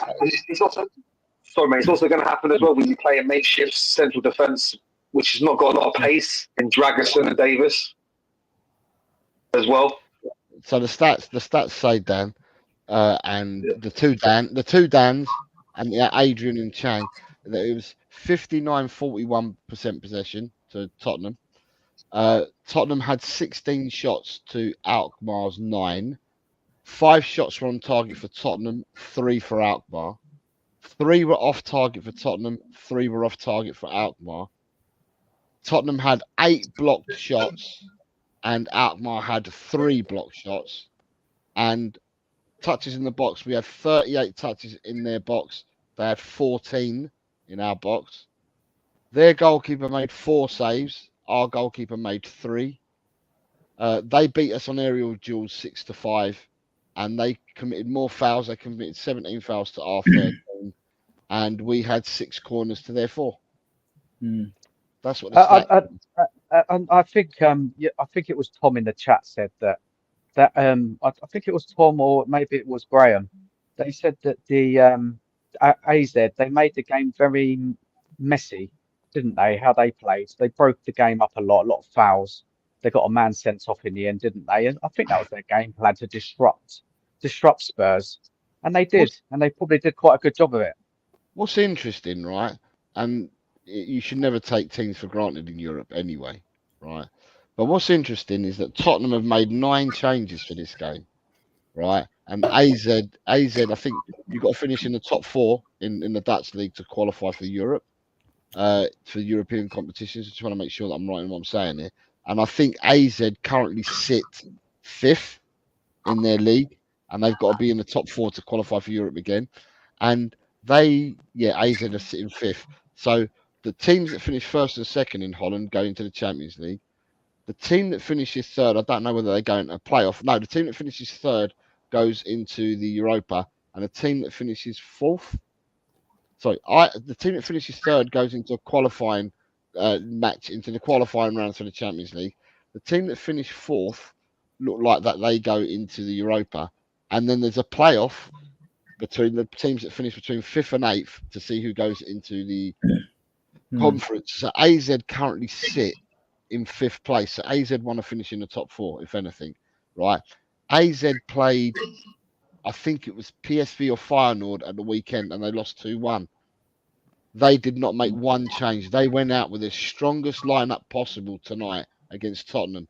I thought that they would have made changes because obviously they're looking at the league as well, but they didn't. They came in as strong as they possibly could tonight. So they were not taking this game for granted. If you look at it like that, then it can't be a bad result. We made 9 changes. They came in with their first team. Look, no, that's a very good point. Very, very good point. And we, I didn't look at it like that until someone made a comment that AZ, they did go full strength. So look, man, if you think about it, look, be critical, of course, but look, man, we've got to be realistic. I think these games, this stage, they're not really that massive, are they? We just got to get the job done. It gets important when we get to the knockouts. That's when we should overanalyze these things. I think we've got plenty of matches to kind of hyper-analyze games, haven't we, coming up? So, no, good point. I like that. But then also as well, winning breeds confidence in the team, and winning another game. So regardless of what competition you're playing in, when you keep getting them W's, the W's are a lot better than them L's. Yeah, and we just need to keep getting W's, and that breeds more confidence. Regardless of who plays and who doesn't, the squad will breed confidence if you keep winning games. That's a good point, Jose, because I was particularly pleased that we had the youngsters playing and they got the win. because that would do wonders for Dragerson, Bergvall, Mikey Moore. Mikey Moore's been in all 3 European And games. Gray, I mean, and yeah, Gray. Gray and Mikey Moore have played all 3 They European will games. be and feeling they've been good on the after this inside. win. All right, it's 1-0, not a spectacular win, but then I didn't expect a big scoreline, knowing that we'd make all these changes. I just didn't. I actually thought 1-0 tonight. I thought maybe 2, because I know Alkmaar would sit back, and they'd try and hit us on the break, which was their game plan. If they'd come toe to toe with us, they'd have got slaughtered, even with that 11. I think, because we opened them up quite a few times, and when it was 1-0 and they tried to get forward, then we started to create more. We look more dangerous, I thought. Right, so yeah, I mean, it's what we like. I mean, we simply struggle against teams that come and sit below block, but when teams go toe to toe with us, they're either going to beat us or get spanked. So can I just ask Dan, Spurs Dan, and Chang, right? Have you both heard the news or what broke on X about 8 hours ago about Timo Werner? What is that? He could be leaving. Is that the news? Yeah. Have you? Yeah. Have you not heard, Chang? No, this is the first time I'm hearing about it. Okay. Senor Garcia, thank you for breaking the news to me. This broke. No, it broke about 8, 9, 10 hours ago. Now it says just in. Wow. Tottenham will not stand in the way of Timo Werner if he wants to explore opportunities to join a different club in January. Werner is unlikely to get significant minutes unless there is a number of unavailable players. So basically, Tottenham have said if you can find that you think you're going to get more first-team football elsewhere, leave in January. Yeah. Best case scenario, isn't it, for all parties? Yeah. But I can't. I get really fed up with moaning unless about he leaves Werner before every week. January, then. That would be an early Christmas present for Spurs fans. Like, say, next week, for example, or whatever. Like, I feel sorry for the fella. Just before the next international break. He gets such a, everybody has a right go at him, don't they? I feel a bit sorry for him, and it's just not the player for us. And yeah, it's best that he does move on. And Wilson will probably get a lot more minutes when Son's not playing. So we have somebody there. Well, you're saying Wilson, but to me, Mikey Moore looked a different player in the second half to playing in the first half, and he's playing on the left there. He seems to be more comfortable and enjoys playing from the left more than what he does from the right, even though he's right-footed. He can use both feet, but he's more predominantly right-footed. But yet he plays much better on the left-hand side, always has done. And it's quite weird because that's where Son plays.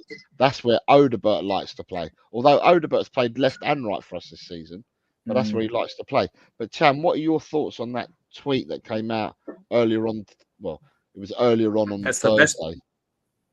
That's the best possible news for Werner, for the coaching staff, for Spurs fans, even the accountants and the management, because that frees up a lot of wages if you are looking to, say, get a long-term replacement for Ben Davies down that left wing.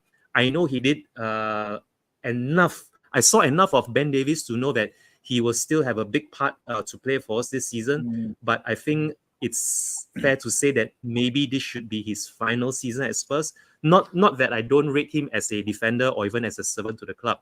He's given a whole decade now of service to us, and I think it's only fair and it's only fitting that he hopefully be able to lift silverware with us before the end of the season. But we really do need to look into getting a replacement for him. Maybe, just maybe, Dragushin could be that replacement, assuming we can find another Mikey Moore to fill in for Ben Davies, or even another Archie Gray, for that matter, to fill in that left-back role. But that Timo Werner news, music to my ears, honestly, because that reduces whatever chances he has of us staying with us beyond this calendar year.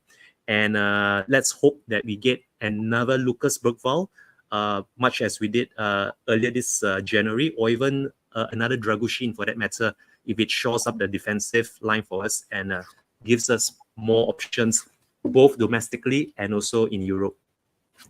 There he is, Mr. Kang. Also, sorry, Bobby.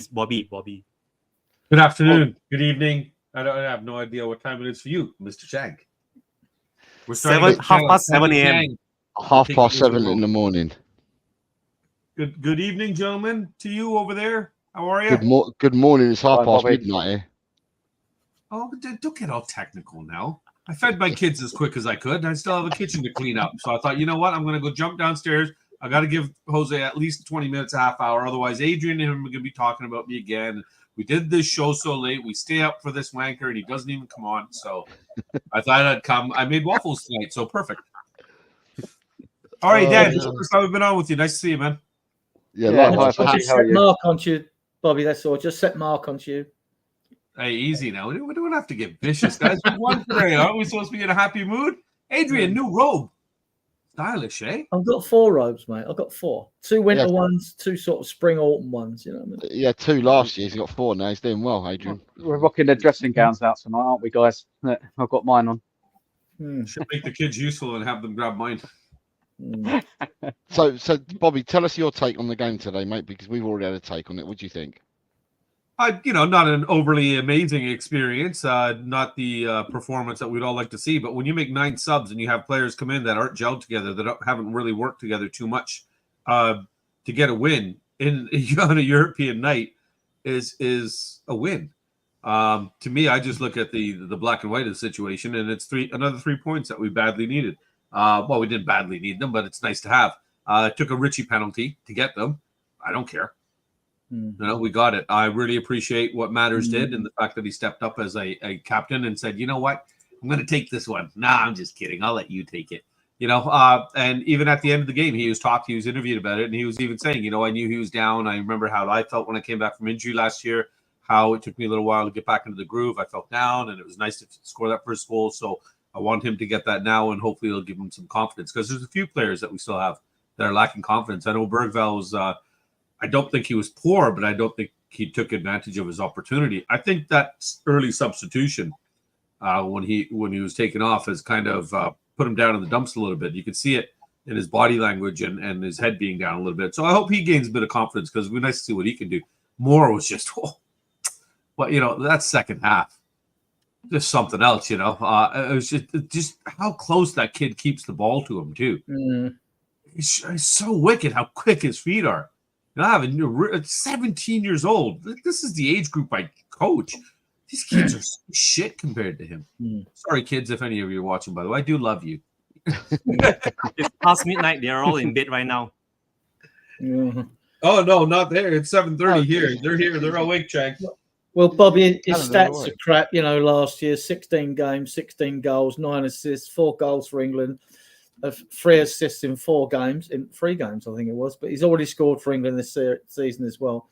Guy's a freak. He's an absolute freak. His balance and centre of gravity, you can't make too many bold statements and compare him. He's got that. It doesn't matter which way he flicks his pelvis or goes inside, outside, or whatever. He just seems to have that perfect balance. That turn, yeah. And when I watched all the games he played in last year for the under-21s and that he can play anywhere in the front 6 as far as I'm concerned, right? Anywhere in midfield as well. Is when he decides to go, he's one of the few wingers out there. Eden Hazard had it, Bale had it, that could stand a player up from a dead start and sort of just accelerate past them. There aren't many wingers out there that can do that. And he also, apart from his passing range and that, his ball carrying, when he carries it, you'll see him. If he's got space, he'll always use it. He won't try a lazy pass. He'll move into the space. He'll run into the space. And he'll go and then it's when he times to spurt or slow or stay, and suddenly he'll just accelerate out of nothing. He's got that burst, yeah. Yeah, he's got that burst. And he ain't as fast as Werner or no one like that, but he's very effective. His vision is fantastic. His vision is absolutely fantastic. It doesn't have to be a 17-year-old kid on a European night coming out and just saying, screw it, I'm going to play.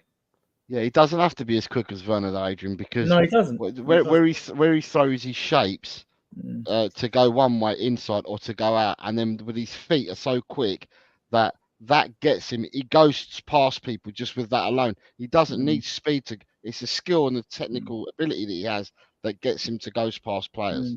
Yeah. So when people ask me on videos, oh, you watch these YouTube videos for Brazil Scout, you come back, you comment and all that, they all look good because they're in the videos. Hang on, I don't just do that. I like players with, if they're front six players, not back four and goalkeepers, players with vision who move the ball quickly and can make things happen, right? That's what I'm looking for in the videos, right? Amongst other things, of course. He's got it. In my opinion, he's got it all. He's just got it all. And like, he's about 5'10". Yes. Sorry? And he's only 17. This is Yeah, great. no, 17 in This August. is so amazing. 17 in August, he's getting on a bit now, you know what I mean? Adrian, I've got a question for you. What do you think his actual position is?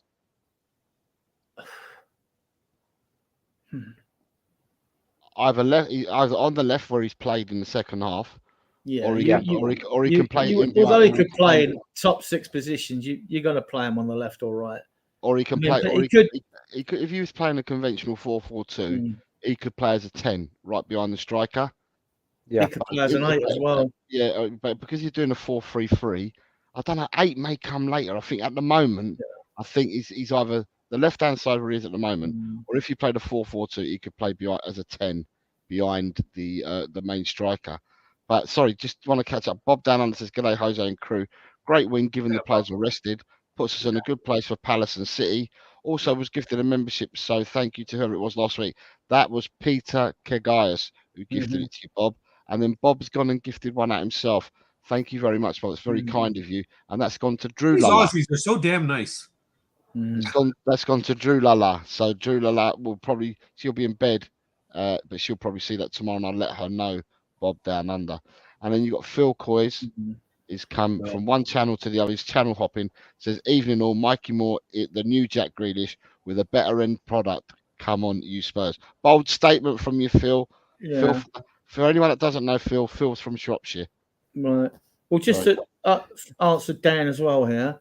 I mean, I've seen him in the under-21s carry the ball forward from midfield, like a ball carrying number 8, Dembele-esque, right?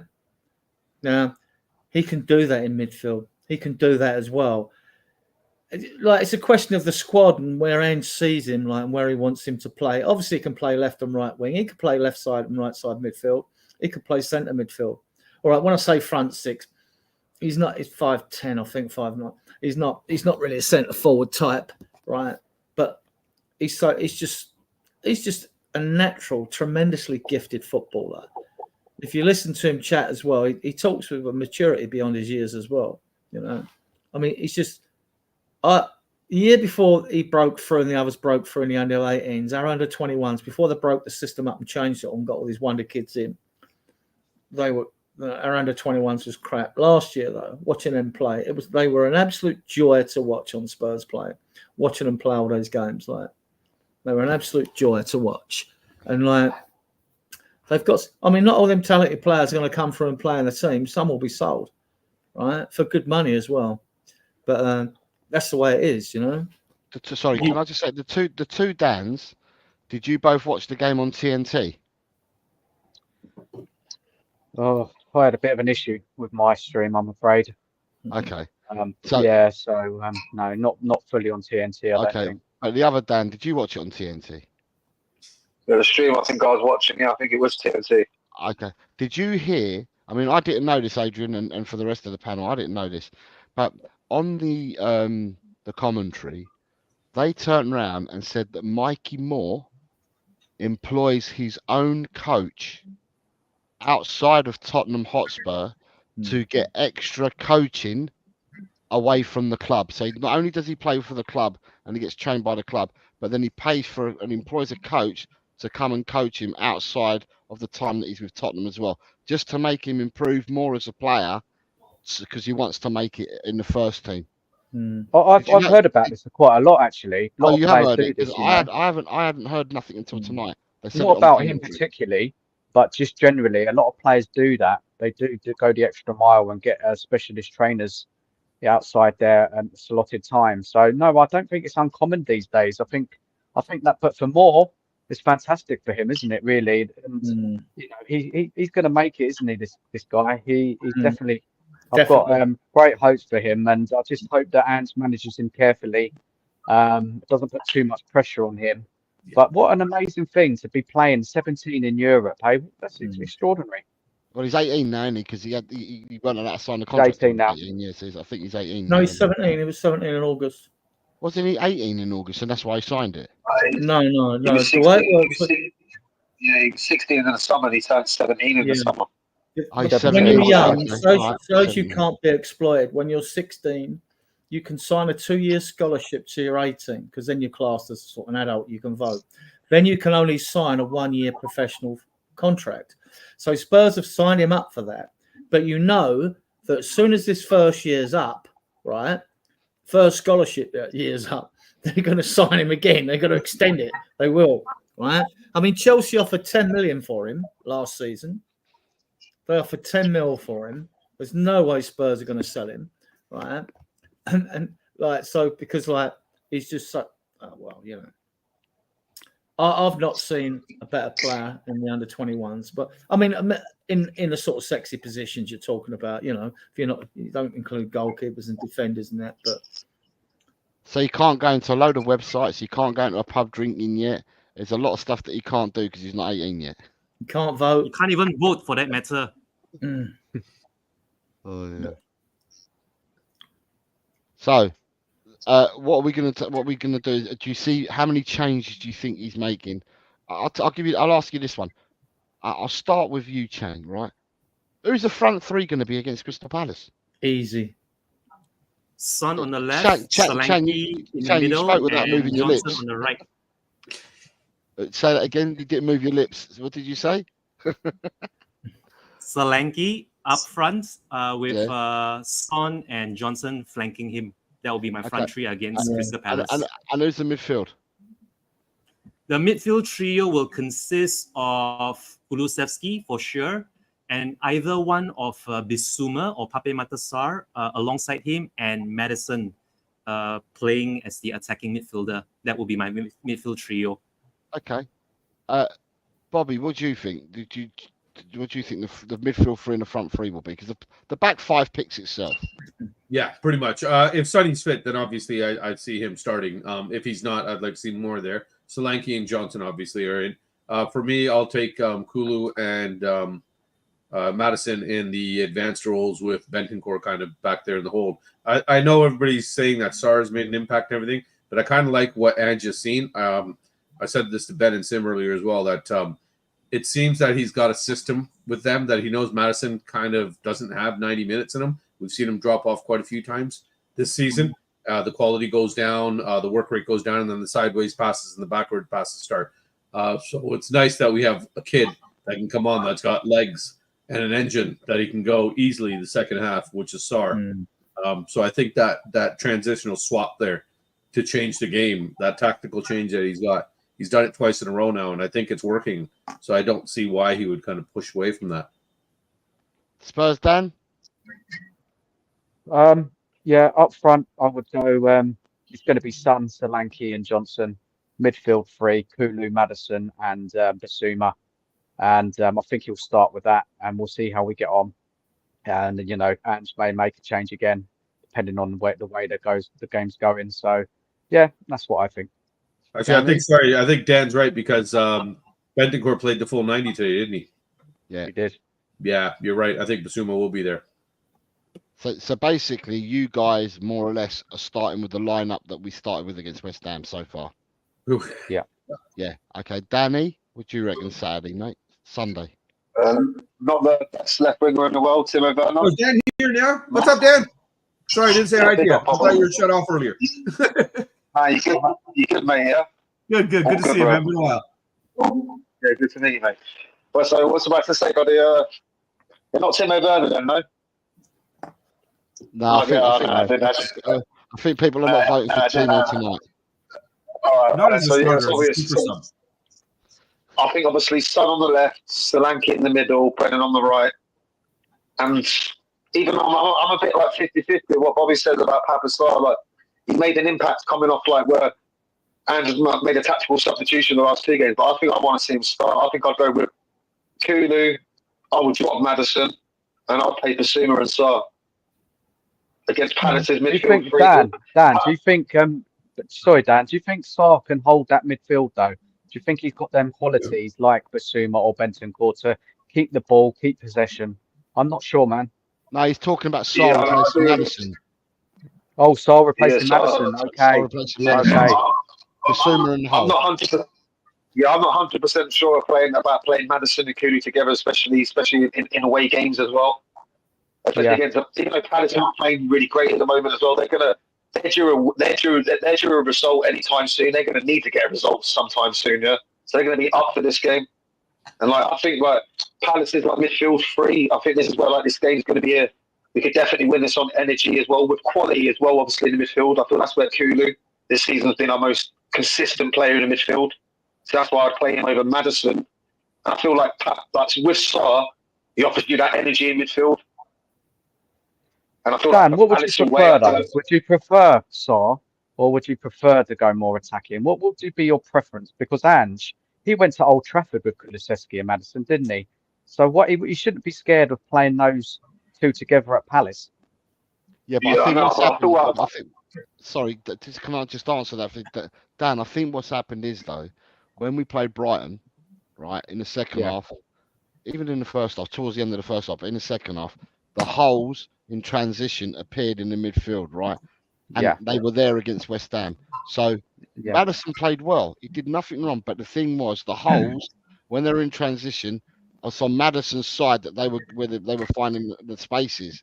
And that's why he made the change for Saar. So it's not that I don't think he's scared of putting Madison and Kulu together. But in the last two games, teams have been able to get in behind Madison on the transition and attack us with a space because it's causing a problem. The defensive side, Madison's a very clever footballer.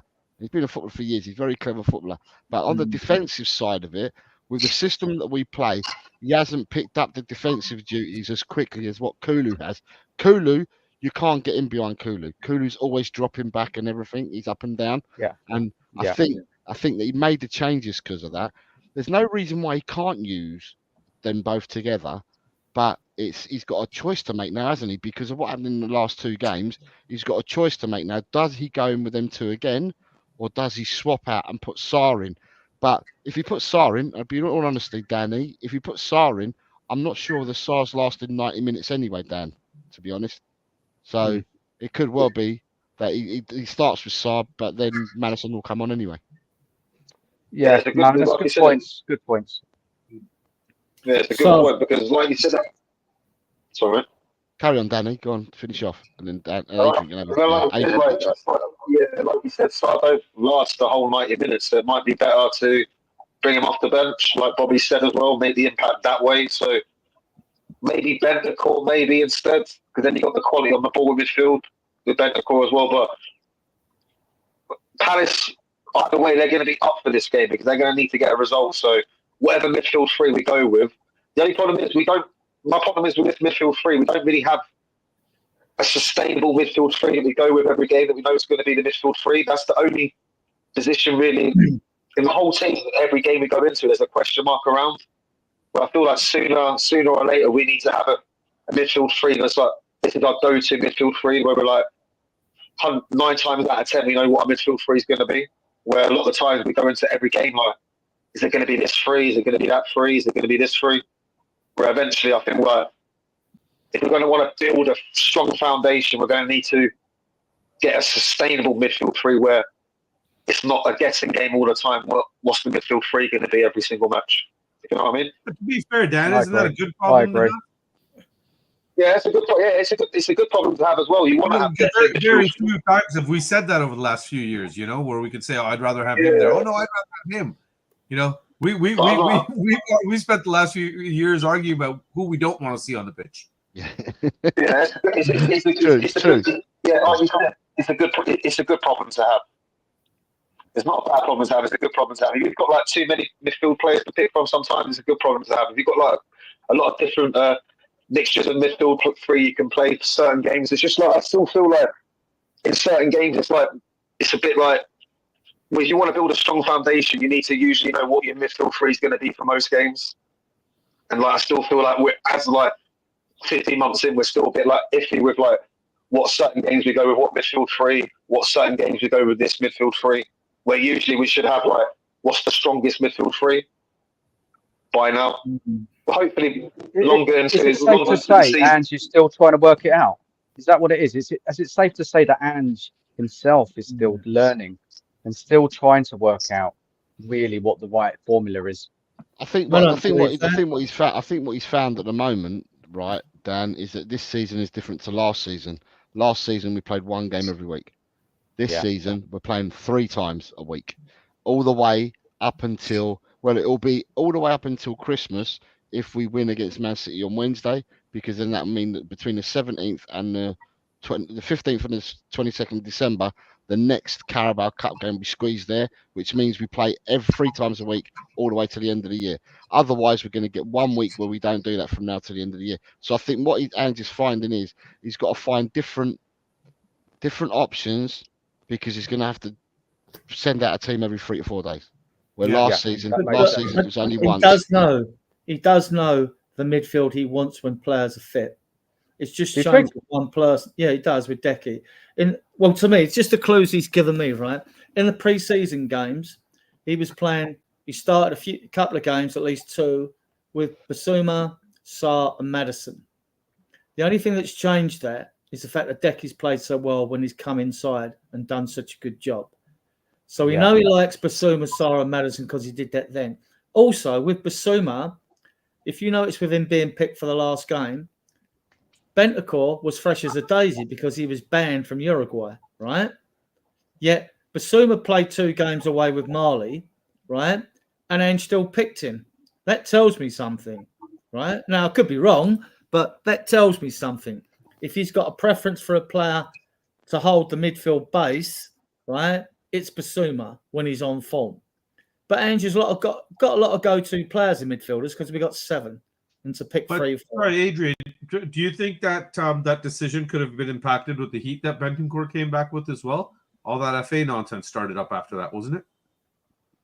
Well, he was given his 1-match ban. He didn't play in the first match away at Leicester, did he?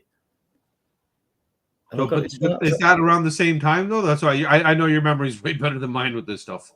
Who are you talking about? Bentancur, Bobby? Sorry, Yeah. I'm getting it wrong. Bentancur hasn't received his. It's No, weird. he hasn't got a ban for the whole Sunny thing yet. We get No. fined the other week Heat, media against heat West and Ham. everything. The other thing I was going to bring up, we get fined the other week for what happened against West Ham, but fracas on the pitch, and they still haven't sorted out Bentancur. Yeah, but, right. Let me answer that. Sorry, just you got No, Bob down. I Says, think he Wilson, prefers Basuma. Like I say, I'll finish with that. I mean, I picked the same front 3 as the same back 5, but I just think his favoured midfield, if players are in form, obviously he's got a lot of go-tos of Basuma, Decky, and Maddison. And if Bob Maddison form was struggling, he's the first one you hook, Right, Yeah. Bob Down says I don't Wilson agree also that said Sarr ain't got 90 minutes in him. I think he's the fittest player at the club. The guy could run for 180 minutes, let alone 90. But Wilson also showed a lot in his cameo. Looks like we have a great backup for Son, with Hwang, another potential star kid in January. We discussed this earlier, Bob. Phil Coy says Bissouma, Sarr, and Kulu for me. Bring Madders on late in the game, more balance for me. He then says it's a nice option to have with midfielders we have. Bobby, he says you were spotting in your comments earlier that you were talking when you was talking about the lineups. I made sense. You Yeah, okay, bro? You drinking? And then he says, I think Ange's go-to midfield 3 is Bentancur, Kulu, and Madders. And we have Bournemouth fan TV with us tonight saying, evening all, good Big win up, for you Angus. tonight. So big up Bournemouth fan TV for coming on tonight. And then Phil Coyes is saying, what's going on with Bentancur's ban? Right, so with Bentancur's ban, Bentancur about 4 weeks ago, Bentancur had to answer. So you put your appeal in, or you got 14 days to answer, and he had to answer by Thursday. So it's 4 weeks ago yesterday. He had to put his answer in to whatever it was that they were charging him with, and what his defence was for it. Now, there's 2 schools of thoughts, right?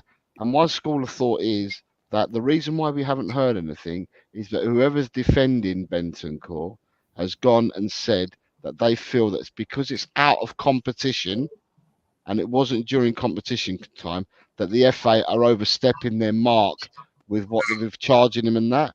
So a lot of people are thinking that that's his defence on this, and because of this, the Premiership are weighing up or what do we do? Do we just let it go now, or are we going to pursue it? So therefore, It's with the lawyers.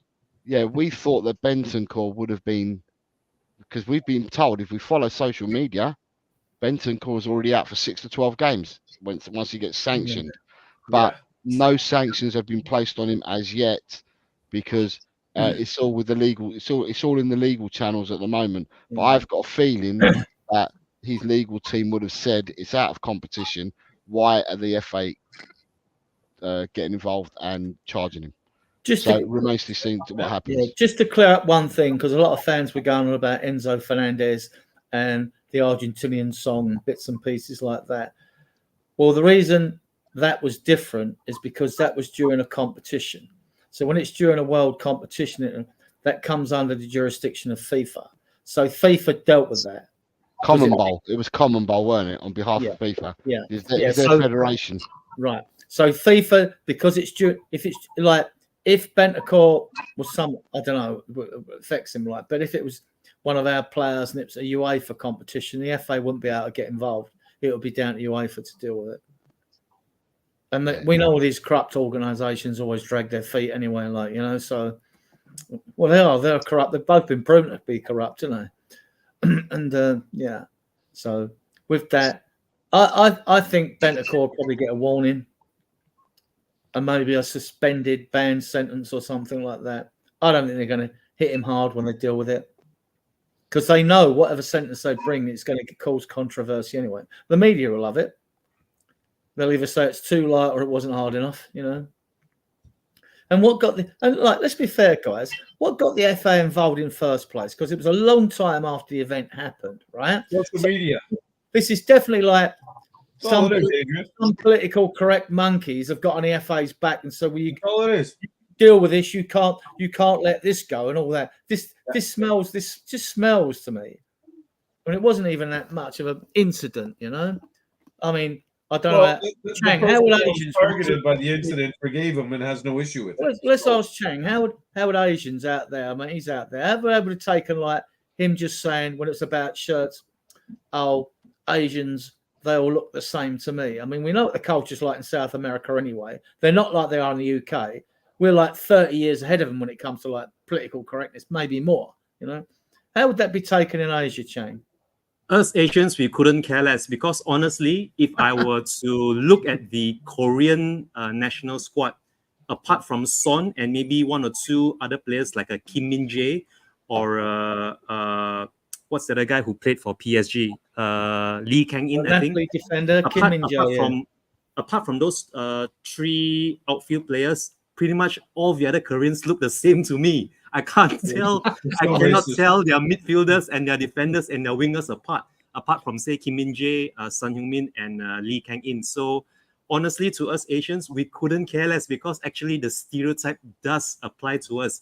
If you're to go to any Chinese sweatshop, or if you go to a Japanese sauna, or one of these Korean barbecues, if you have two waiters who more or less look the same and they're waiting on your table, you would get confused. I actually did mistake. I think it was either siblings or twins that was serving in a sushi bar here in Malaysia, and it was the single most I wouldn't say politically incorrect, but let's just say I was ashamed of myself for not being able to tell two Asians apart. And if this sort of thing, just commenting on your teammate's sibling, if Bentancur was indeed referring to Son's brother and no one else, then I don't see why that should be taken out of context and not being taken in a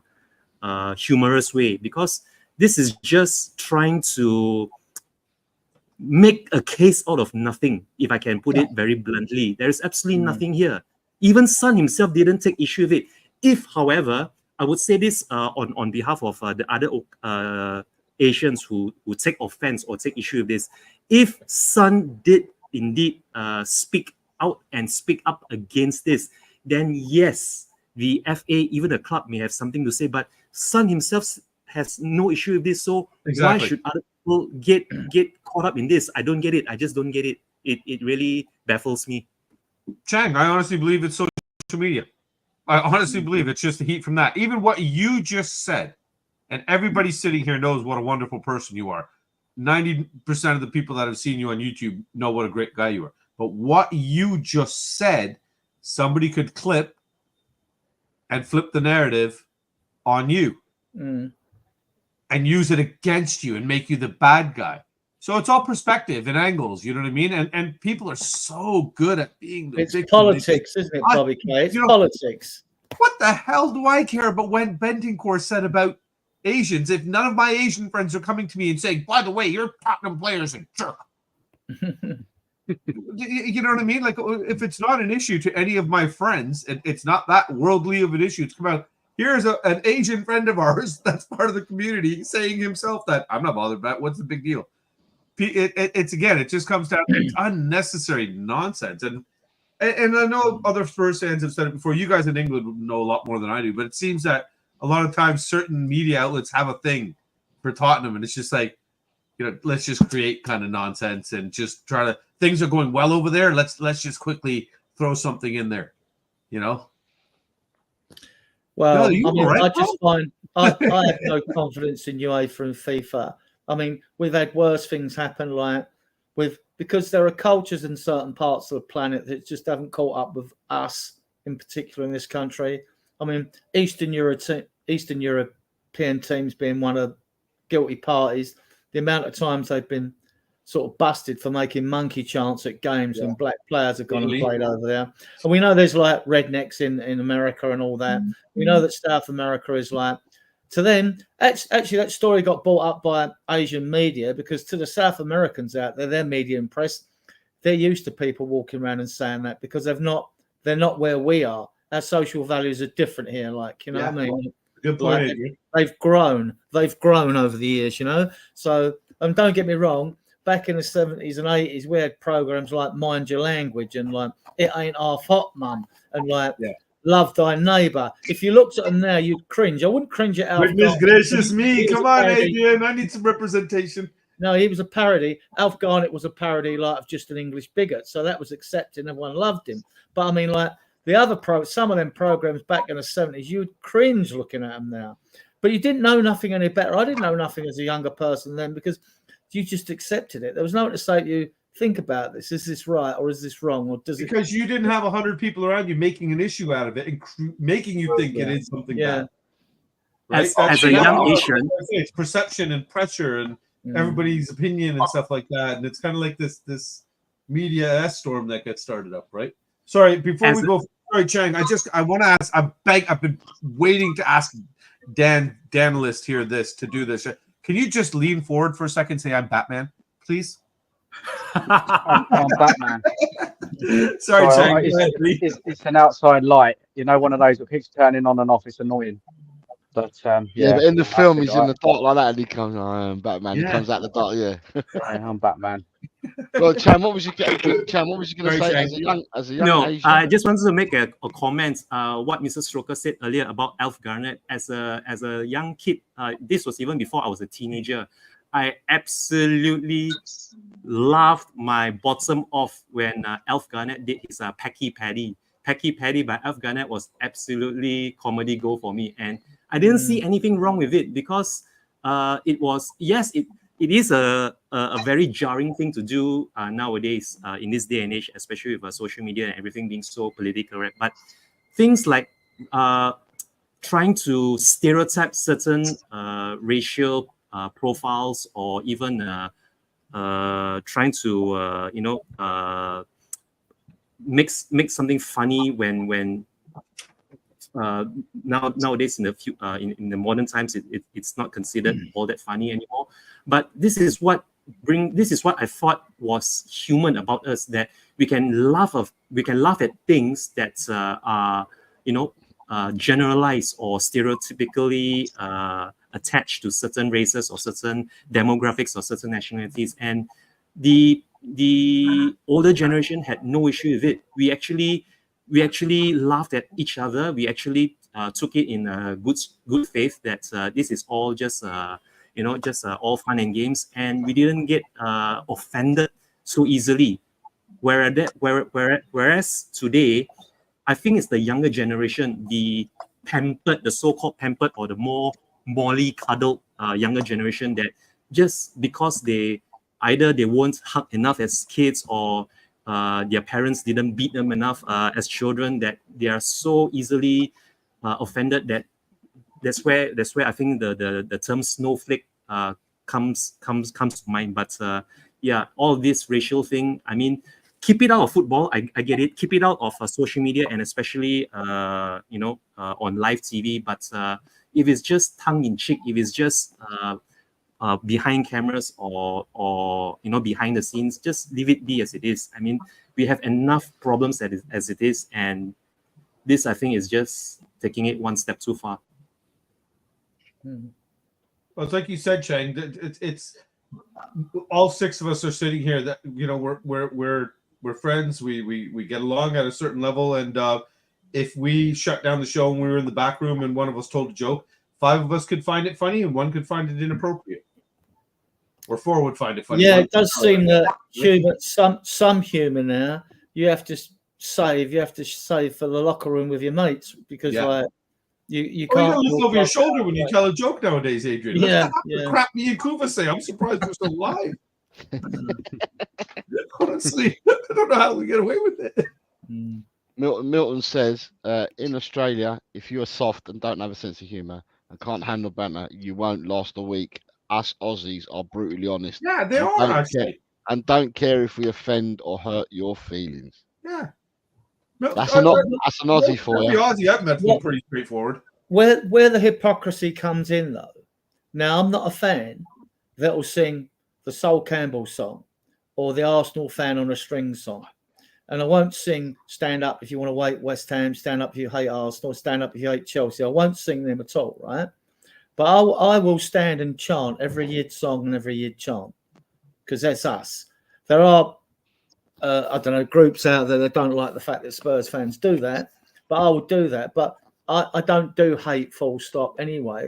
And I often thought, when these incidents crop up, where it's one of our players, Bentacore and all that, why aren't these political correct jerks, right, having to pop that, well, you're promoting hate at your stadium because you're getting up and encouraging hate for Arsenal, West Ham or Chelsea? No one says a thing about that. Why is that? Because I think that's part of the accepted culture of going to the game. It's like when I take the kids to the pub, even though I'm going to say our pubs first. I've been to United pubs here in Canada and Toronto, to Liverpool and Arsenal fan pubs with friends. And I've got to say, not just because I have bias towards us, but our fan club is the best here. A lot of older guys, much more respectful, great family atmosphere. I could take the kids. But when the game starts, some vulgar language is going to come out. And my kids hear it too. There's a certain aggression and a certain passion that comes out, right? And I think there's an acceptance to it. I kind of agree with you, Adrian. Like the Sol Campbell one, I get the hatred and stuff like that towards him, but wishing death on somebody is not kind of something. I'm not going to celebrate somebody's death. That's the only one. But the Arsenal man on a string thing, yeah, man, I'll tell you right now, I'm the first guy to, when little K was like 4 years old, I'd put him on the table and get him to yell, when I was just a little boy, and then the whole club would start singing, right? It was great. But I think it's also kind of part of the game, right? Like we were saying, what was accepted before is now slowly changing. So who knows? This stuff that's going on in football, these chants and everything like that, maybe they will slowly be weeded out, or maybe there will be some form of correction to make them more positive and acceptable to everybody. But for now, I think it's just more part of the game kind of thing. To me, it's when the violence kind of spills over outside. Like I still remember my first football game ever in England. I was 15 years old. I went to the Leicester game when they're in the championship against Millwall. My cousin took me, and he had bought me a Leicester kit that I still have, and that's when they were with Walker's crisps on the front. And I proudly wore it. I'm just a kid. I'm going to my first soccer game. Woohoo! Yay! This is going to be fun. We came out of that game. My cousin took his jacket off and told me put it on. And but we won, And I remember we came out the stadium, and you look down the street, and you see 300 guys in these bright yellow jackets. And it was the cops. There's that many cops there to literally divide the Millwall fans. And my cousin said to me, we've got to walk through that alley to get to the car. So cover your shirt up. Don't let anybody see your kit. And at that time, just do what you're told kind of thing. And it wasn't until later on I kind of realized why. And that part of the football I don't understand. I don't understand why people got to go to a violence level. Making fun of each other and stuff like that, calling each other crap, saying your team sucks. That's kind of fun. That's part of it. Yeah. So you got Phil saying good night, but I ruined him. he says, right, I'm off. I'm agreeing far too much with Bobby K. Night all, come on, you Spurs. Good night, Phil. Yeah, it's late for you guys now, eh?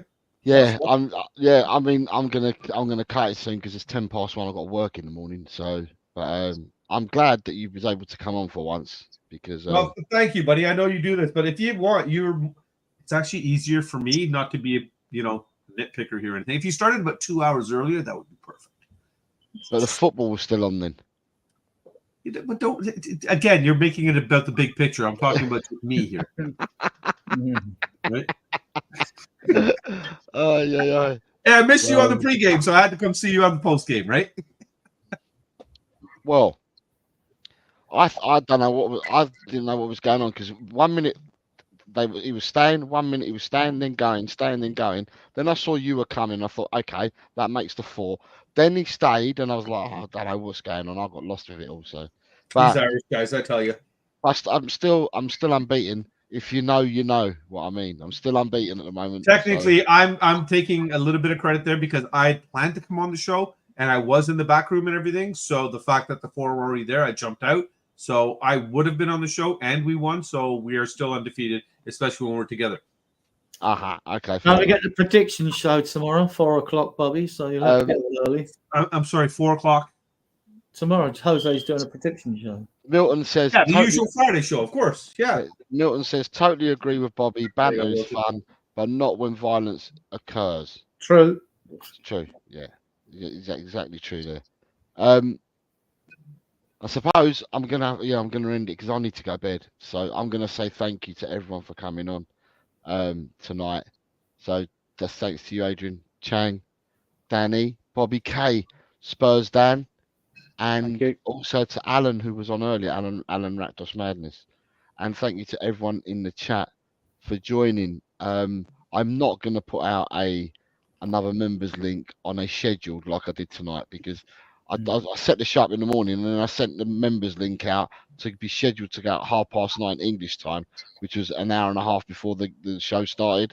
So therefore, I'm not sure whether it caught everyone. But if it didn't, there'll always be next week. I'm not doing the members show on Saturday, hence why I did it tonight. I want to have a weekend off with the family this weekend. So selfish. I won't yeah. I won't be doing one. Don't worry, Jose. That'll be a perfect time for us to debut our new superhero show. Can we do it on your channel? Do you mind? Do what you like. It's Chang and Kang. Chang and Kang. Here they come. It's Chang and Kang. Yeah. We're going to dress up like Batman and Robin. I haven't told Chang he's going to be Robin yet. I'm going to have to find my mask to do the Robin. I am Batman. And the Spurs Diehards shows at 8 o'clock.